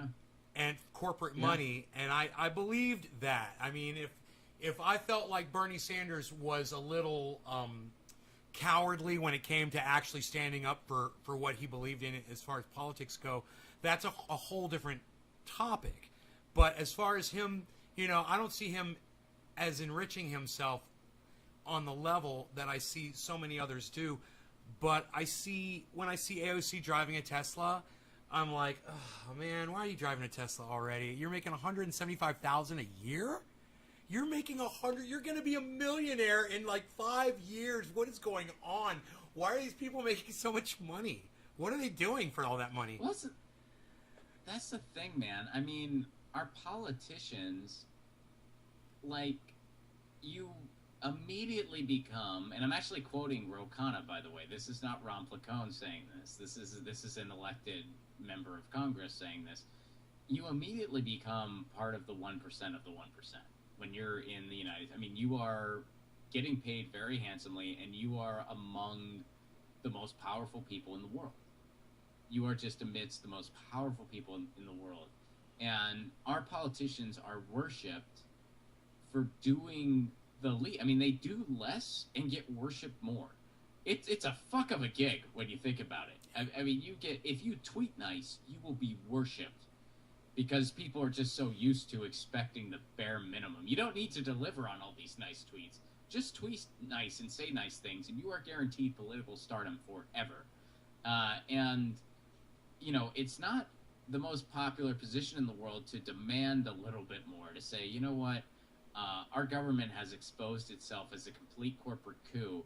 This isn't something we didn't already know, but this pandemic has really just laid it out there in its barest, most brutal form. And I don't see how anybody, I mean, even the most cynical or most just brazenly over our system among us can't look at the United States differently now, even more so. I mean, I know that I do. And this is not, I'm not a guy who has any reverence for our system whatsoever. But in light of this pandemic, I mean, I will say it is even worse than I thought. It is even worse than I originally thought. I mean, I don't see how anyone can be anywhere close to an apologist for this system and call it out for anything that other than what it is, which is a complete corporate coup. So, that being said, when you have a complete corporate coup for a government, your only option is to kind of take things back one neighborhood at a time. Right. And so operating on that cellular level, starting at home, and then working out into the community, and then going from the community, networking with other communities, and building from there. That's what they call grassroots, and that's where it all begins. We were talking about it this morning. How willing are we really right now to protest? How willing are we to get out, demand what we really should have? I don't know. I know that people still have the passion, and that's a beautiful thing. And what terrorizes me is what will it take to finally get people motivated to go out, because I don't want to wait for some other man to be murdered by police. I don't want to wait for there to be a school shooting. I don't want to wait for there to be some massive spreader event where a whole bunch of people get sick and die. I just want the change to start happening without us having to be so reactionary. And can't we just start getting that message out there more, It's with the way we're being subverted on our YouTube channels, and that was one thing I wanted to cover with you, Ron. I know I just went over a million things right there, but man, I go to your YouTube channel. I know you're live because I get the notification on my phone, okay? And this is going to piss you right off. And I follow you, and I click the bell, and I have all, right? And I go to my main YouTube channel, and I have 2 live streams. One is MSNBC, which I don't follow, and the other one is my friend Dr. Cushman. He's live. And no Ron PLACONE. I look over on the left, and it doesn't even show you in the list of live people on the left on my thing. It shows the top 10 or whatever. It's all... So this is on my main computer, man. I start scrolling down because I'm live. I'm live on my podcast, and I want to see my live Ron PLACONE. I want to go live and show my audience you. I can't find you. So I'm like, I go, Ron PLACONE. Channel pops up. I click on your channel. I see that you're live, and I click on your podcast, and you were live, and I couldn't find you, and I'm subscribed to you. I'm signed up for notifications. Our message is so subverted. I am so glad that people like Jimmy Dore still have a platform. I'm thankful that people like Tim Black, even though I disagree with things he's been saying, still has a platform. Man, I am thankful that Ben Shapiro and Candace Owens and even that bitch-ass Steven Crowder have platforms. I will fight to the death. Jimmy Dore taught me this, Ron. I used to speak out against, like when Alex Jones got canceled, and I kind of supported that on my podcast. And then it was voices like yours and Jimmy's and Graham's that said, this is a slippery slope and you're already going down it. As soon as you go after Alex Jones, you're going to go after the next person. And I see it happening to Graham. I see it happening to you. It's been happening to me for years. But that message, it's just so hard to get it out there. We're really fighting against the current. Well, and the thing is like, you can still disagree with somebody's ideas and be like, but I don't want to deplatform people. Right. You know what I mean? Right. Like it's like... We're human. It's like, yeah, I mean, talk. I'll disagree with Alex Jones's ideas all day. But, my position was then and now and always will be. I mean, I've been saying the same thing for like 5 freaking years. Should somebody be deplatformed? only if they violated free speech laws. We have free speech laws, by the way. We have those laws. They Yes. exist. Yes. If somebody violates them, well, that's different. Yes. If nobody violated them, then I don't think they should be deplatformed. And who determines if they violated them or not? Not Mark Zuckerberg and his friends. A freaking court of law should decide that. That's who should decide that. So, I mean, when the Alex Jones things was going on, I would always say, I was like, did he violate free speech laws? Who's determining whether he did or not? So, and I never got any answers to any of those questions. No one did. Because at the end of the day, it was just like, well, no, this is just terms of service and Jack Dorsey and Mark Zuckerberg. And it's like, okay, they shouldn't be determining what free speech is or isn't. They shouldn't be determining what is or isn't news. You're asking these tech companies to have an amount of power that they shouldn't have, that they have no business having. Like and that they Apple don't know how collecting to child handle. pornography, like Apple having a child pornography server. I just had to throw that in there. I'm sorry. No, it's fine. I'm just not. Yeah. I know that like something about that happened this morning, but I'm not like super hip to it. No, you're gonna totally hear about it, bro. It's gonna be everywhere. I'm so glad. I'm sure I will. I'm so glad we kind of I'm touched on sure it. I a little will. bit. Yeah, I just haven't yet. But yeah. Well, anyway, yeah. Corporations don't have the right, shouldn't have the right to not only walk away from what they've done wrong, but to dictate control over us in any way. And we have given these governments the license to act as government officials. Mm-hmm. Yeah, I mean, we've really given so much power over to corporations, and it's people don't realize what they're asking for a lot of the time. Exactly. So, like when you're asking for Exactly. Twitter or Facebook or whoever else to like be your nanny, like, do you realize what you're really asking for? Like, have you taken a step back to Exactly. realize like what you're actually asking for? And I think a lot of people like they don't kind of like, the tree is blocking them from seeing the forest. And once when the it tree comes to falls a lot on of them, these issues. they'll know, and hopefully it won't be too late by that time. It fell on me, and it's fallen on a lot of people. It fell on who was it? Right winger got just so canceled. Oh, I wanted to say H.A. Goodman, but it was somebody that just got they realized, and then they were saying on their podcast, they were like, everyone deserves the right to say, I don't care if I disagree with you or not. And I totally agree. I'm like, I even had H.A. Goodman on my podcast, and he is a rabid Trump supporter, bro. You've never seen anything like it. I had him on, and we had a really nice conversation. We didn't really talk about Donald Trump. Donald Trump had just lost the election, and then I had him on the show. Oh, it was great. It was great. Well, dude, I should probably get going here, but thanks so much for having me. I love having you on. Can you come back again sometime for another appearance? Of course. Great, man. Yeah, of course. Fantastic.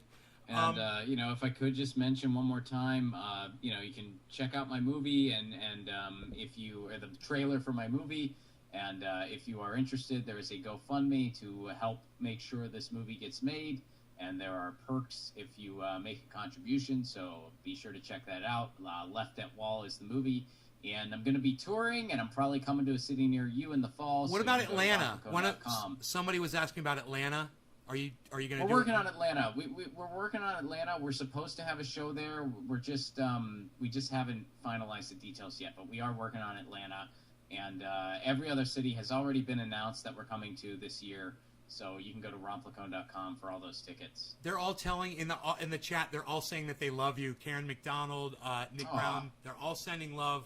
Bro, Thank I you so cannot much. let you go from my podcast until I see Lucy. Is that a possibility? Yeah, here, hold on. Let me- Okay. She's right. She's on her cat tree right next to Okay. me. I'll bring her I over need to my say hi. meow. I need my meow.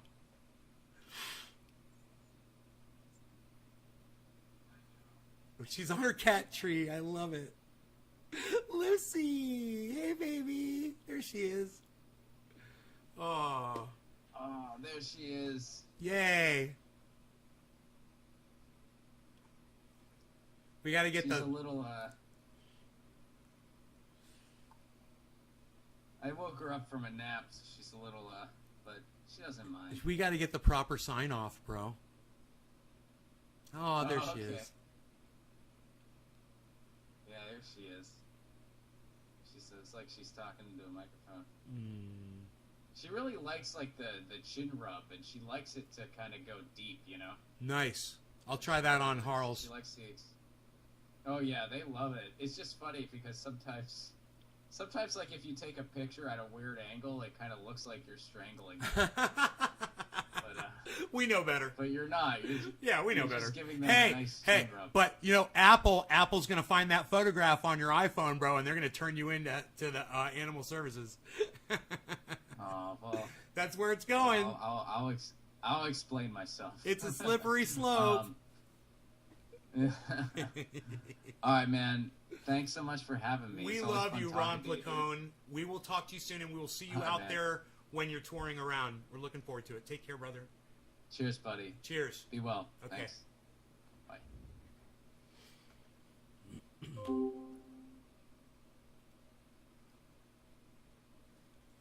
Oh, wow. Ron PLACONE. Ron PLACONE.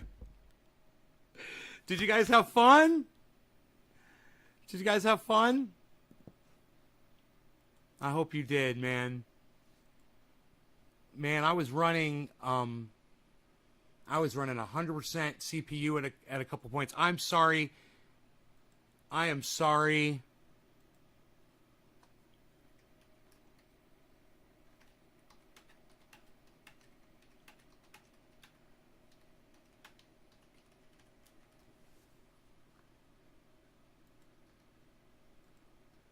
Just sending Ron PLACONE a quick email. Thank you. All right, man. So, did you enjoy the interview? He's a neat guy, isn't he? You know, I can subdue my will, my urge to urinate for a long time when I'm having a conversation like that. And I had a cup of coffee in me. I was sitting here drinking water. I was like, I got this. I'm not getting up. I'm good. Just gave you a like, missed a lot of the interview. We'll have to watch the replay. Oh, yeah, man. It's more of a conversation than an interview this time. I mean, I did ask him some personal questions. But, I love the story about his friend with the backpack. I think he told us that one time before, his friend with the backpack, but I didn't want to interrupt the story, man. I love hearing it. I love the fucking friend with the backpack story, man. It reminds me of when I was in school, you know? What can I say? His cat, Lucy, is adorable.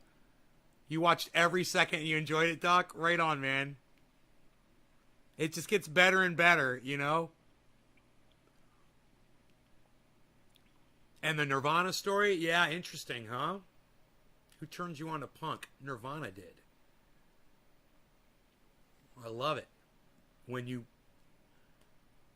go pay that water bill, too much info?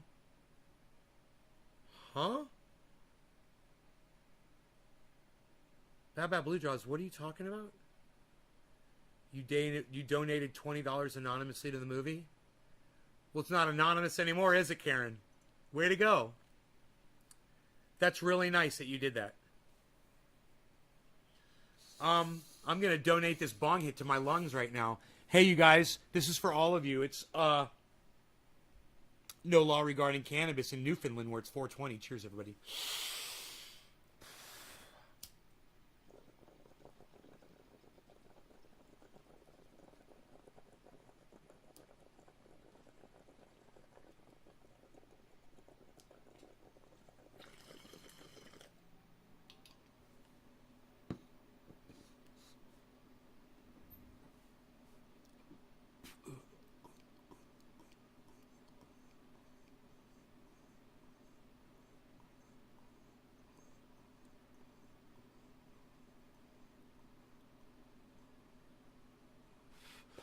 want to get the word out to as many people as possible to donate to that movie and get that movie produced. That would be fantastic if you can make that $100,000.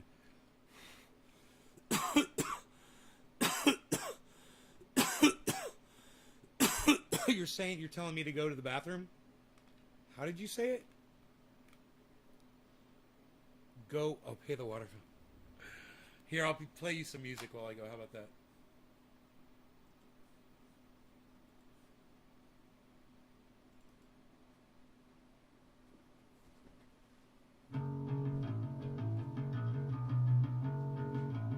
Prepare yourself.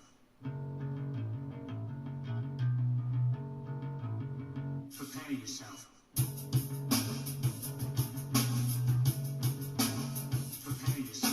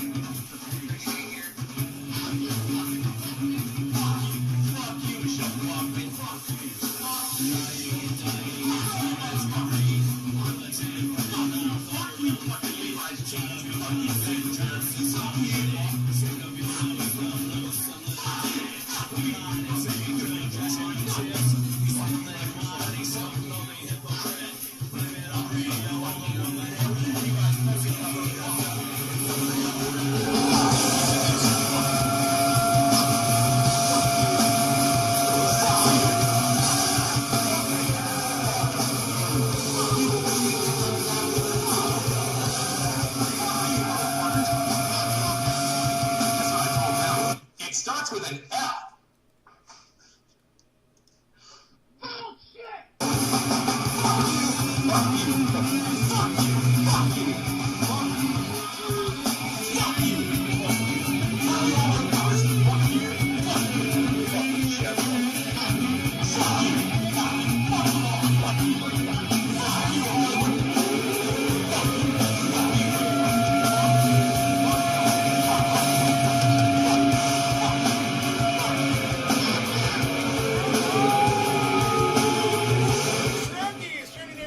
Live from Northern California, home of trendy ass dabs and all things trendy, where you'll find me and you, the hashtag trendies, on all forms and social media, especially my website, trendyassdabbers.com. Head on over there now. Check out all the fantastic interviews like the ones with Ron Placone.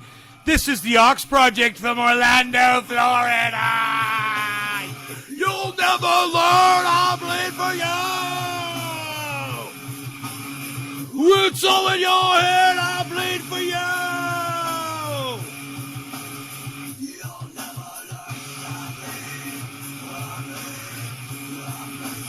Who out there knew that I know the bass player from Tremonti? That he's a friend of mine.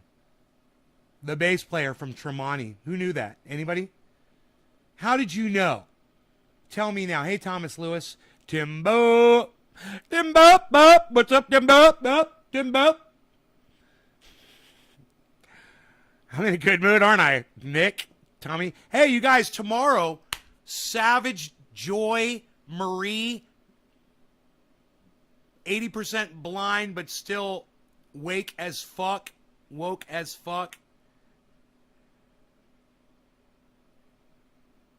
Man, we'll be here tomorrow at 6 p.m., you guys. My time, 6 p.m. Savage Joy will be here tomorrow. We had Ron Placone today, Savage Joy tomorrow. Pretty cool, huh? You told us that, didn't you? Wow, cool. Glad you're having a good day. Fuck yeah.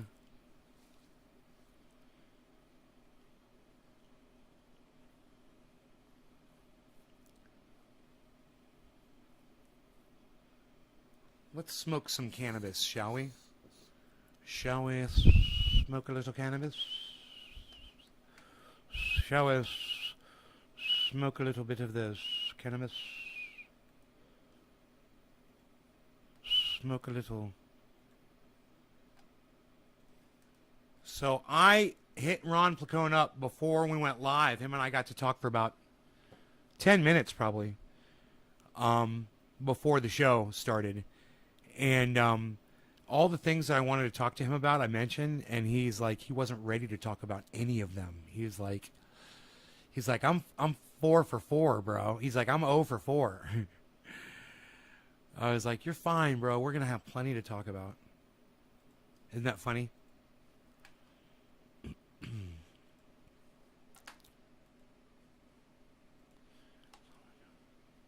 I know what you want to see. I know what you want to see. You wanted to see this? A yes. Any yes, and yes, I am. We're gonna put it right there. We're gonna put it in the hin. Happy top of the hour. No law regarding cannabis. Cannabisism is for all. Bad Bad Blue Jaws. Cheers. Yeah, you made me laugh so hard with the impersonation. You did it, Jimmy Dore? No, Alex Jones. It was Alex Jones. I was doing an impersonation of Alex Jones. I snort only half a line of super male vitality. That's Alex Jones. You're going to want to check me out at prisonplanet.com. You're going to want to check me out over there at Infowars.com. All right, we've got the finest products, water purification of the likes which you've never seen. Cheers.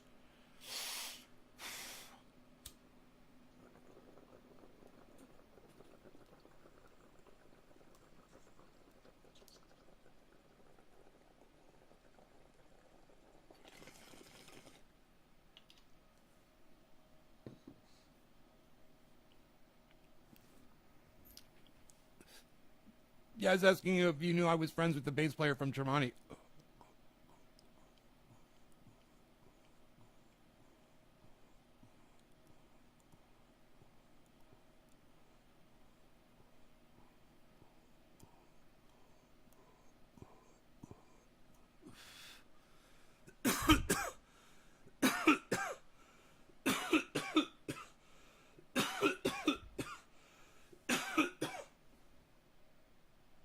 Bees up! I love my bees up, piglet. Bees up, piglet. I love you, piglet. Bees up! I love my piglet. I love you. You want cookie?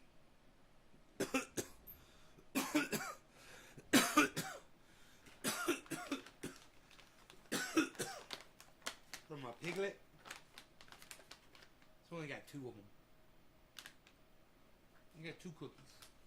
I got 2 cookies. I'll put them right here for my piglet. I'll put them right there for my piglet. Why you beesling? Why you beesling, Beezel? Why you beesling? He eats them in one bite. What's up, Beezel? Where's my cookies? You want some more cookies? All right, how about I give you a yak milk chew? You want a yak milk chew?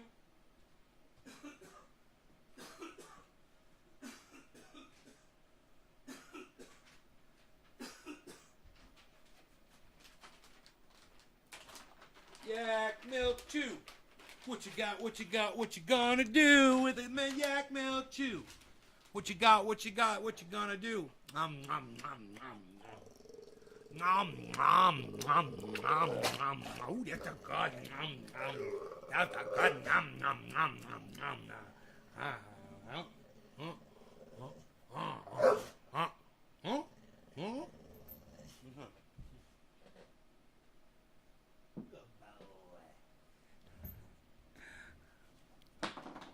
What you got? What you got there, buddy? He's like, I don't care about that shit. He's like, I don't care. He dropped it on the floor and he walked away. You don't want your yak milk chew? I'm gonna get your yak milk chew. I'm gonna pick it up. I'm gonna pick it up. He's like, he's all, fuck that thing. I don't give a fuck if you're acting like you're gonna pick it up or not, son. I don't care. Rogi's all, fuck you right now to me. Hey, I'm gonna get you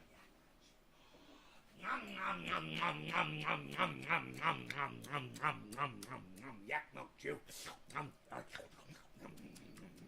Oh. Oh.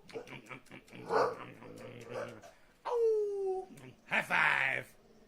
High five. Give me a high five. High five. Good boy. What you got? What you got? What you got, buddy?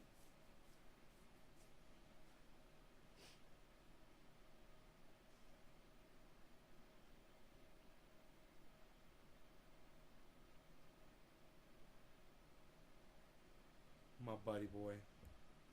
My piglet. I love my piglet. I love my piglet. I think I'm going to take him out in the woods today. I'm going to take you out in the woods, son. I know that's what you want to do.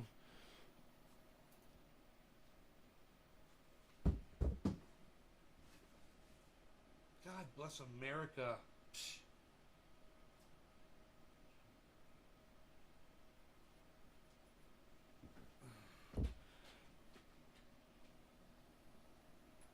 So, I'm pumping. Check this out. You guys are going to think this is funny as shit. I've got my compost downstairs, right? I'm making compost tea downstairs. Hey, I got videos for you guys. It's all explained in the videos. Where's my phone? Hey, man, I got videos for you guys.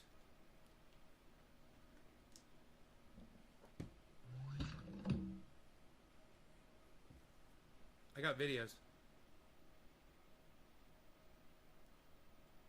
I got several videos. I got outdoor and indoor grow videos for you guys. I forgot. Nobody reminded me. Totally forgot. I told you guys at the beginning of the show, I was like, don't forget, I got grow videos. That was the beginning of the show before the Ron PLACONE show. And we forgot.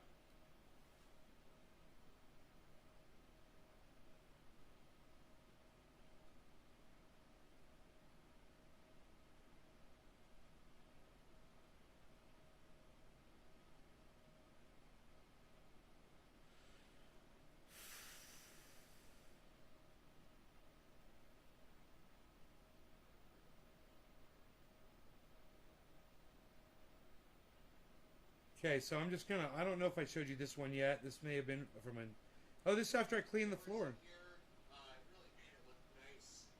Yeah, cool. Here we go. Why didn't it connect? Why is the Bluetooth not connecting?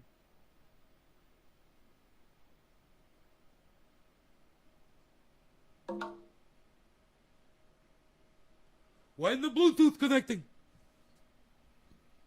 Are you ready for this? People.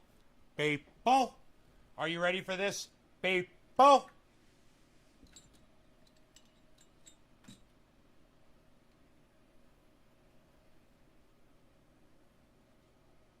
Are you ready for this, people? Tomorrow, people.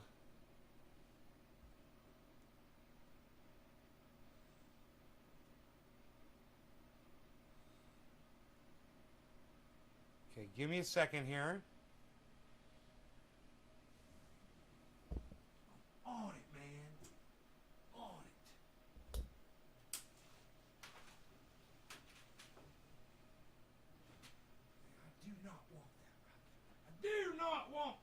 Do not want that right there. That's such of a way, in that sense that it is. I do not want that. I do not want that.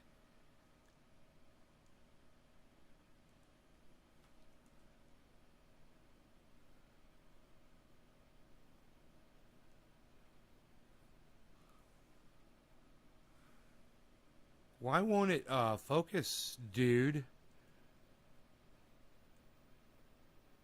There we go. Isn't that funny? I knew exactly what to put the fucking middle of the camera on to make it focus. I fucking got this shit all figured out, son. What? Come at me.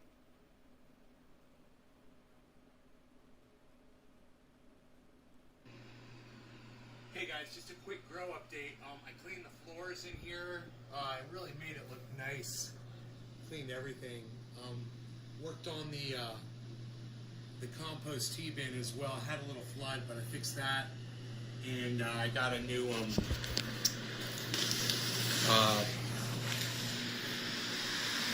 float valve. It's right here. This flooded out a little bit. I was down here working and I caught it before it damaged anything, luckily. And now it's working. Now it's a float valve. For some reason, the float valve didn't cut off the first time. I don't know why. But I'm just going to be careful with it and check it. It's not a very reliable float valve, I'm afraid. I might have to buy a better one. Anyway, yeah, I cleaned the floor down here, made it look nice. Cleaned this bathroom out too. Somewhat, you know, it's a little, just getting a lot of stuff in here. But that's what I've been doing. That's what I've been up to. In case you're wondering, naysgarden.com.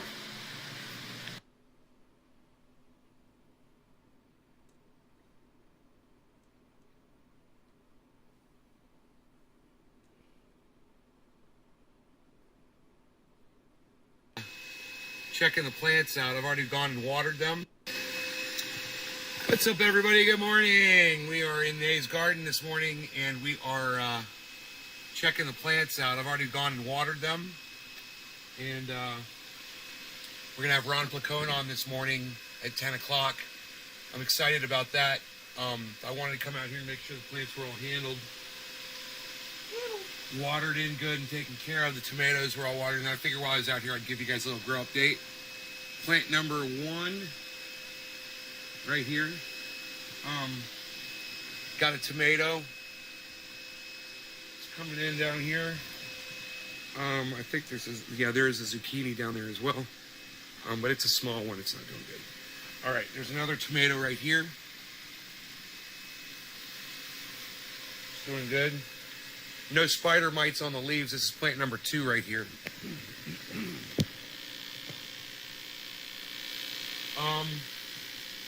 It's about 5.5 feet tall. 5.5 feet tall. Plant number 2. All right. Plant number 3 is big. It's about 7 feet tall. The top of it is, it's up there. But the pole beans, man, look at how big these pole bean leaves are. All right, and they're putting off flowers and buds. So we should be getting some pole beans here within a few days. Nothing yet. Lettuce, looking fantastic, and it's actually edible. Right out of the garden. All right. Plant number 4. Yeah, I started flowers. Plant number 4 is 7 feet tall. It's got a small pole bean here, and it's got a few pole beans over here, but they're not doing as good as that one is. But they'll be producing plenty of vegetables too on this trellis. And that's plant number 4. Okay, here's plant number 5. This one is 5'9", my height. It's looking good. It's got a raspberry down at the bottom. But over here, plant number 6. This one is approaching 7 feet tall. Got this giant zucchini that you guys can never see because it's in the 6th pot. Look at that.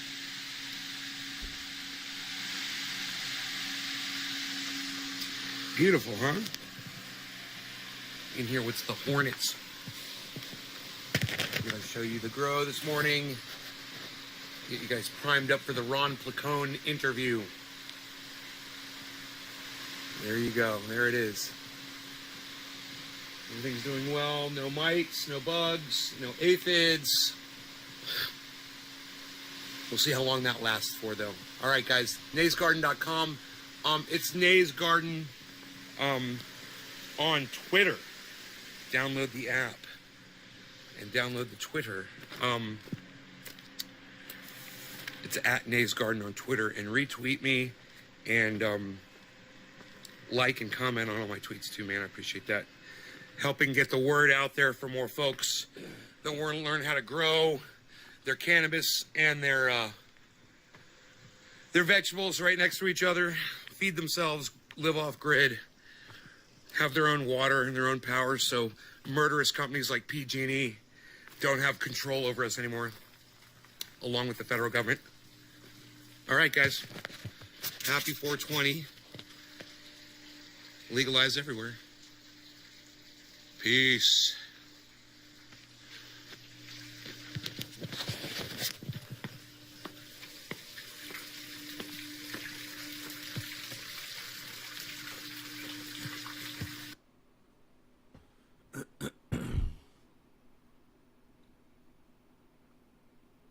Okay, guys, here's an indoor grow update. These are looking amazing. From compared to what they looked like when I first put them in, it's amazing how much they've grown. If you go back and you look at the transplant video and compare it to what they look like now, you guys will see we're doing really good. So the whole room's been cleaned up really nice. I did the floor. Look at that. I like to paint the walls, so that's something I'm going to do. It'll really make the room look nice. Those are OG Kush. But, and the other ones, I gotta do a clone update right now just too. about. There's 9 of them that are showing roots, and they're probably another day or two, and they'll be ready to go into soil. I want to wait till the roots get a little more prominent, and then we'll go ahead and we'll have a full room of OG Kush. Man, I'm excited. I went ahead and I did the water. I ran the water line for my compost tea, but I'm pumping air into that, and it does push air out through the little tiny holes that it does have, and you can smell the sulfur smell in there. It's not really attractive smell. It's kind of like sewage. I'm thinking about maybe moving that out into the garage because I can actually smell it upstairs a little bit. But I don't know. I don't know how I'm going to deal with that. I'm going to figure it out. I'm thinking putting it in the garage would be the easiest thing. But I'll get to that.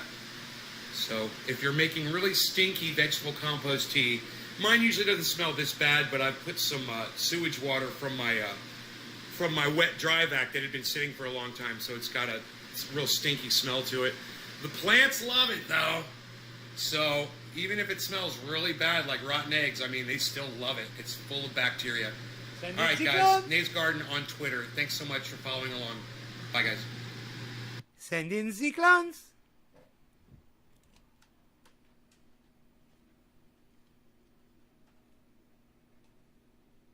Send in the clones.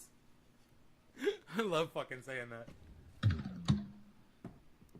Sends in the clones. Sends in the clones. Alright, so, there's your videos and your updates and your updates and your stuffs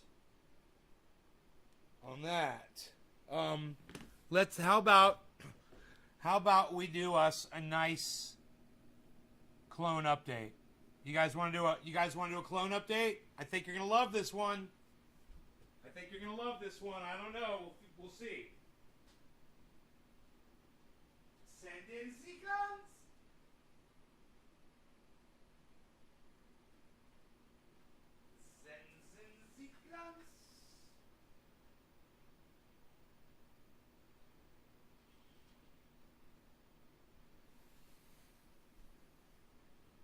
Okay.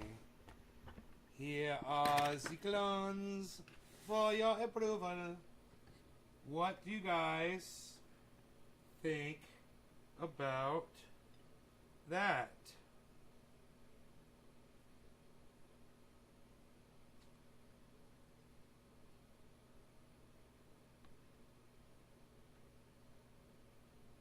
What do you think, guys? Those are roots dangling, guys. Sends in the clones. And we're going to see more of that the longer these sit in here. Sends in the clones. There is your clone update. As promised. Sends in the clones. Sends in the clones. Sends in the clones.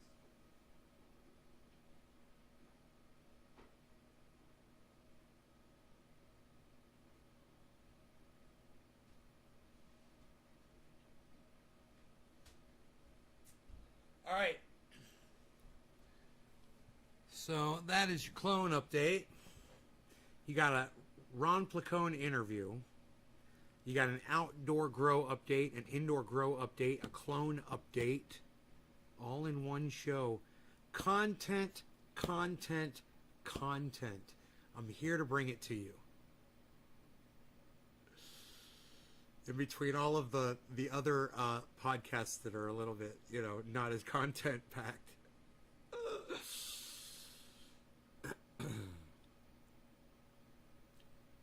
3-hour show? 2-hour show. 2-hour show. What are you talking about? 3-hour show. We'll be only been live for 2 hours and 10 minutes. I've gone much longer than I really wanted to go.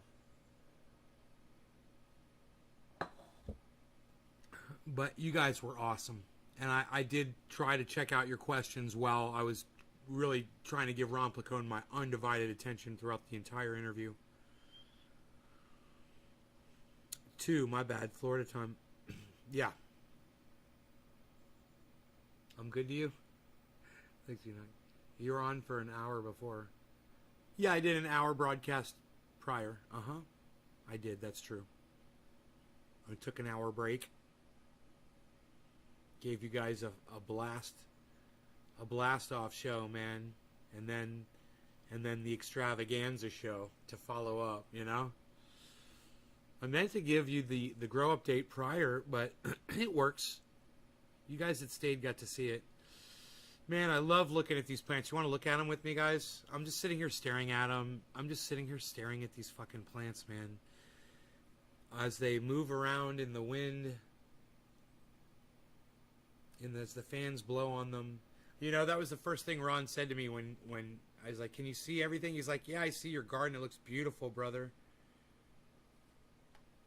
I was like, thank you. I was like, that's where the triage oil comes from.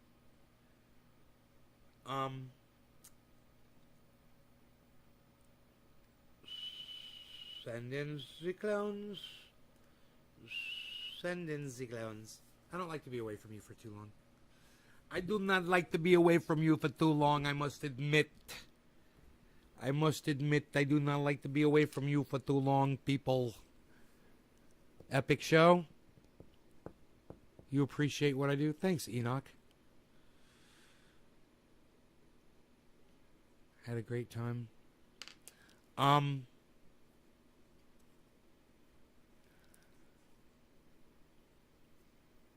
Send in the clowns. Send in the clowns. The clowns. I can't believe how short plant number 2 is. It's 5'5". It's like girlfriend height. What's going on there? 5'5". Meanwhile, plant number 1 is 8 feet tall. Give or take.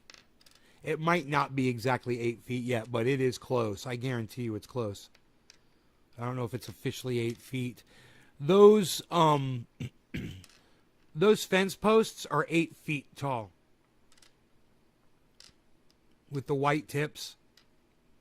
Those are 8-foot steel fence posts. Hey, look at the little birdie. Hey, you'll see the birdie. Look, there's a birdie.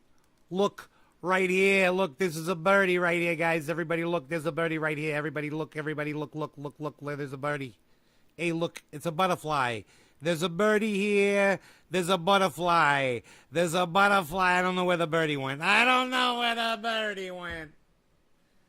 The butterfly distracted me. They're trying to build a nest in there.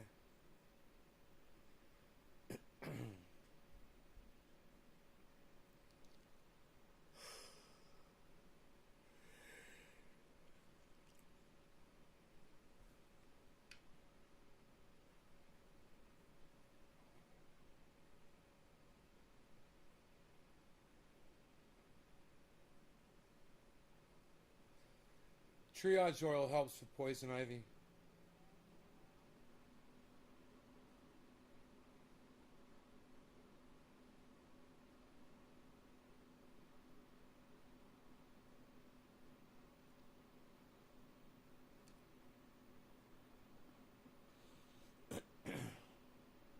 I see him. You saw the Brady? There was a Brady, but now he's gone.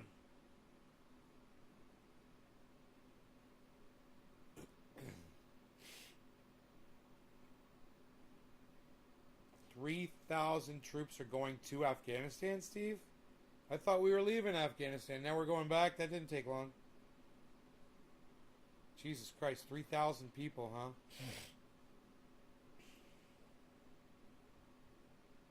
Wow.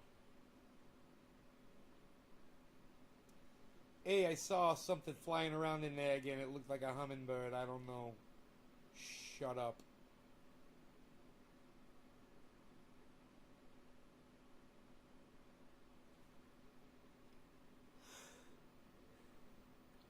I wonder if a bird's going to build a nest in there. The hornets just love it. They love it in there, those hornets, let me tell you. That'd be cool, yeah, if I was in Ron's movie. Yeah. I don't think I'm a very good actor. My sister says differently.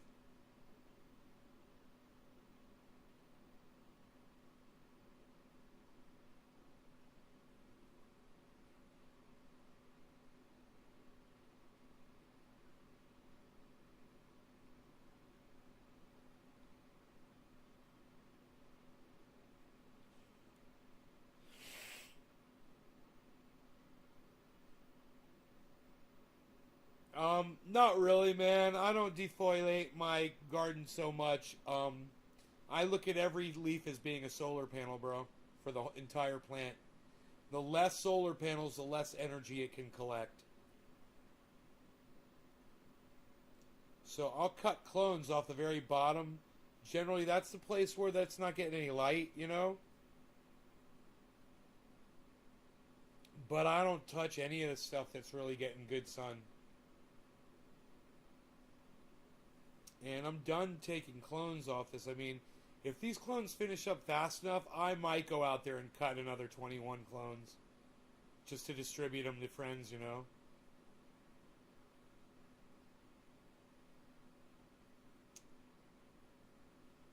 There's plenty out there to cut.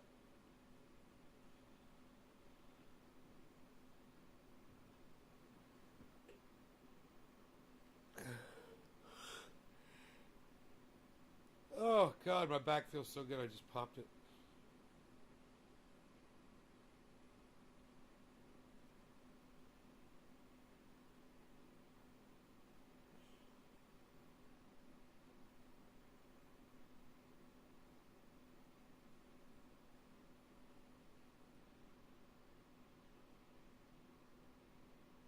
You're a friend. Oh, I get it. You're a friend, lol. I got you, pal. I got you. You're fucking funny. I'd get you all OG Kush clones if I could, man. You know, if I was allowed to ship these out to you guys, I totally would.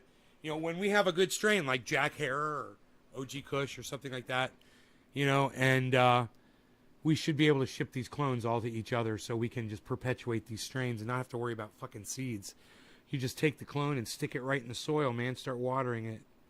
I like to pre-water my soil, so that's what I'm doing right now. I've got all the pots that are down there in my grow.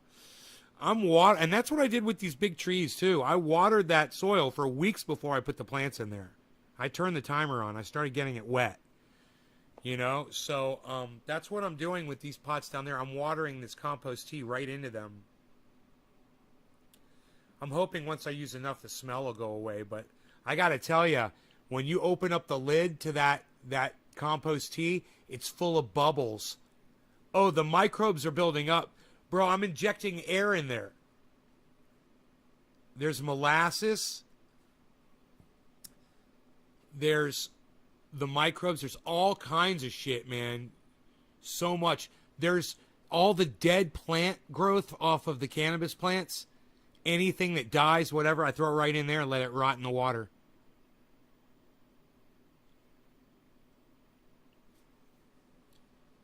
You know, I figure I've got another bin. I can take that bin and I can use a 5-gallon bucket and I can just empty that one out halfway into the other one. I already have that one out in the garage. Get it to the point where I can move it, you know? And then move it out into the garage, and then I won't have a problem with the smell. But I'm also thinking that the smell's going to go away. The microbes are going to eat all of that rotten material in there, and there won't be much sulfur smell left. As of right now, I can't really detect it right now, but if I go down there, if I can smell it, I'll see. That might be a project that I'll do today.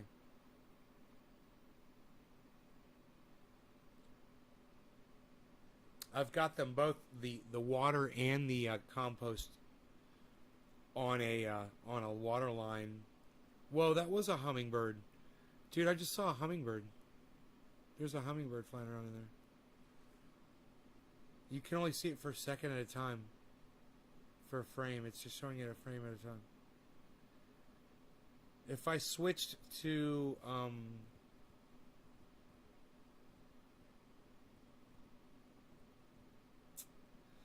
man, I could totally put hummingbird feeders in there. That'd be fun.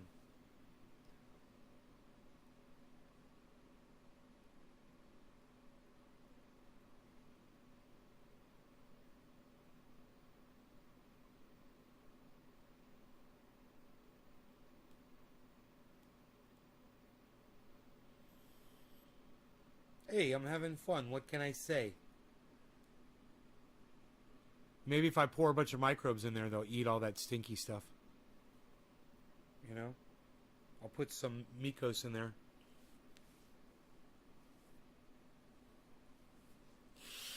All of my amendments have mycorrhizae in them, you know? Just pour it right into the water. They come alive instantly. Instant life.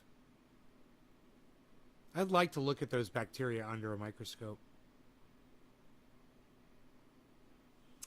Let's see if we can find a video on YouTube of mycorrhizal growth.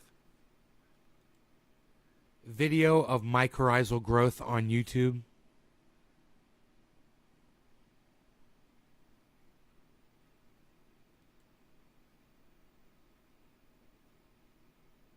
Bacteria. Bacteria growth. It's only 16 seconds long.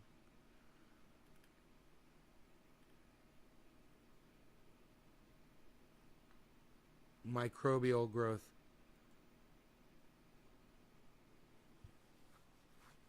Microbial growth. Microbial growth part 1. Microbiology.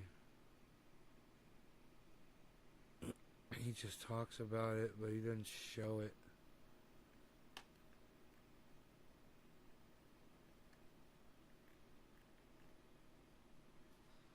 Now let's back this up and go to this video right here. Your browser can't play this video. What, YouTube? It's playing it right now.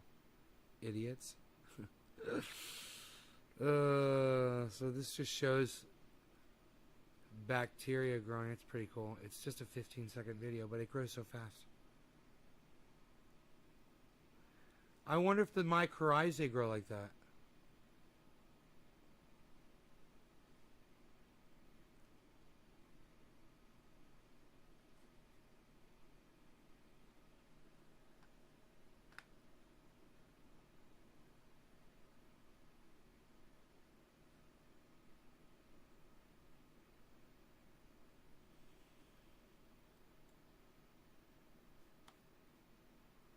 Huh.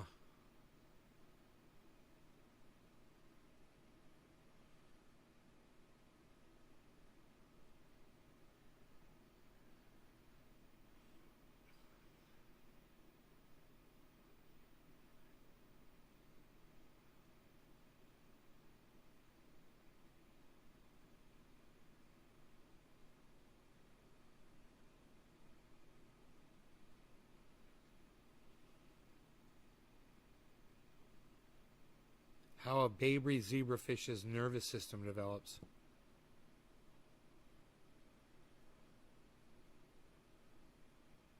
They Grows out like lightning.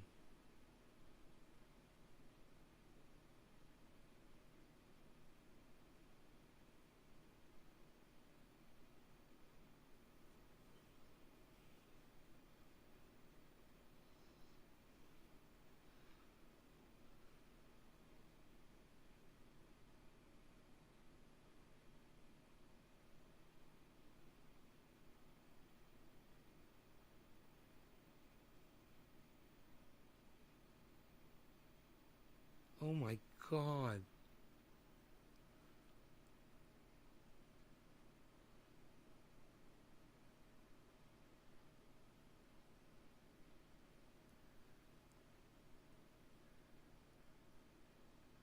A microscopic world. Award-winning footage of the microscopic world around us. That's awesome. I'll show you guys that on Twitter. I'll give you a link right here in the chat. You guys check out Ron Placone's movie, Left at Wall. Check out his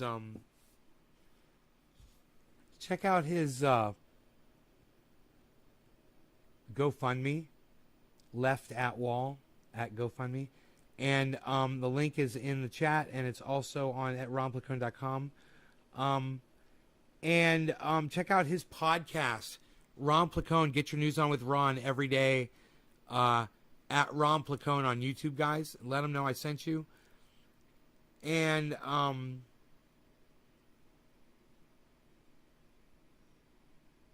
would just want to say thank you so much to Ron Placone for coming out once again and gracing this podcast with your ultimate presence. We love you. Japanese mantis shrimp.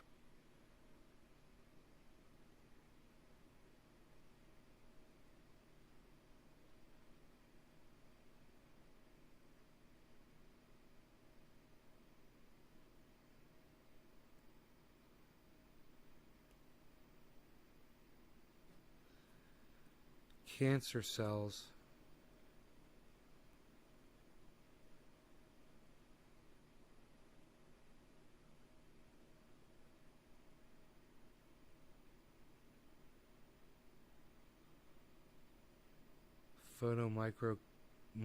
Micrography.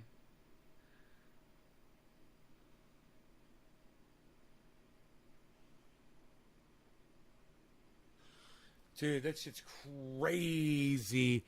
You guys need to see this freaking video, man. I just put a link to it in the chat. Oh my God, that shit is, talk about trippendicular. I'll put it up on Twitter too for those of you who didn't see it.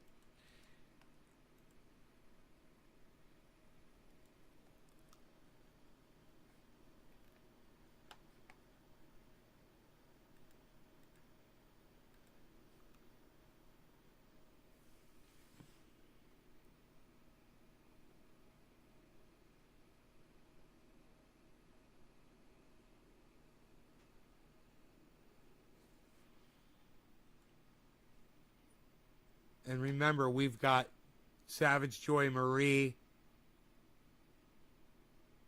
Man, tomorrow at 6 p.m., guys, right here. You're going to love it. You're going to love her, so come on by. And I will see you this afternoon at 4:20 probably. You guys take care. Love you guys. Thanks so much for watching. Hope you guys had fun. Follow me over there on Twitter, guys. Bye-bye. Big thank you to Ron Placone. Once I got to keep saying that. Thank you, Ron Placone. Thank you, guys. And thank you, audience members. All right, y'all take care. Bye-bye.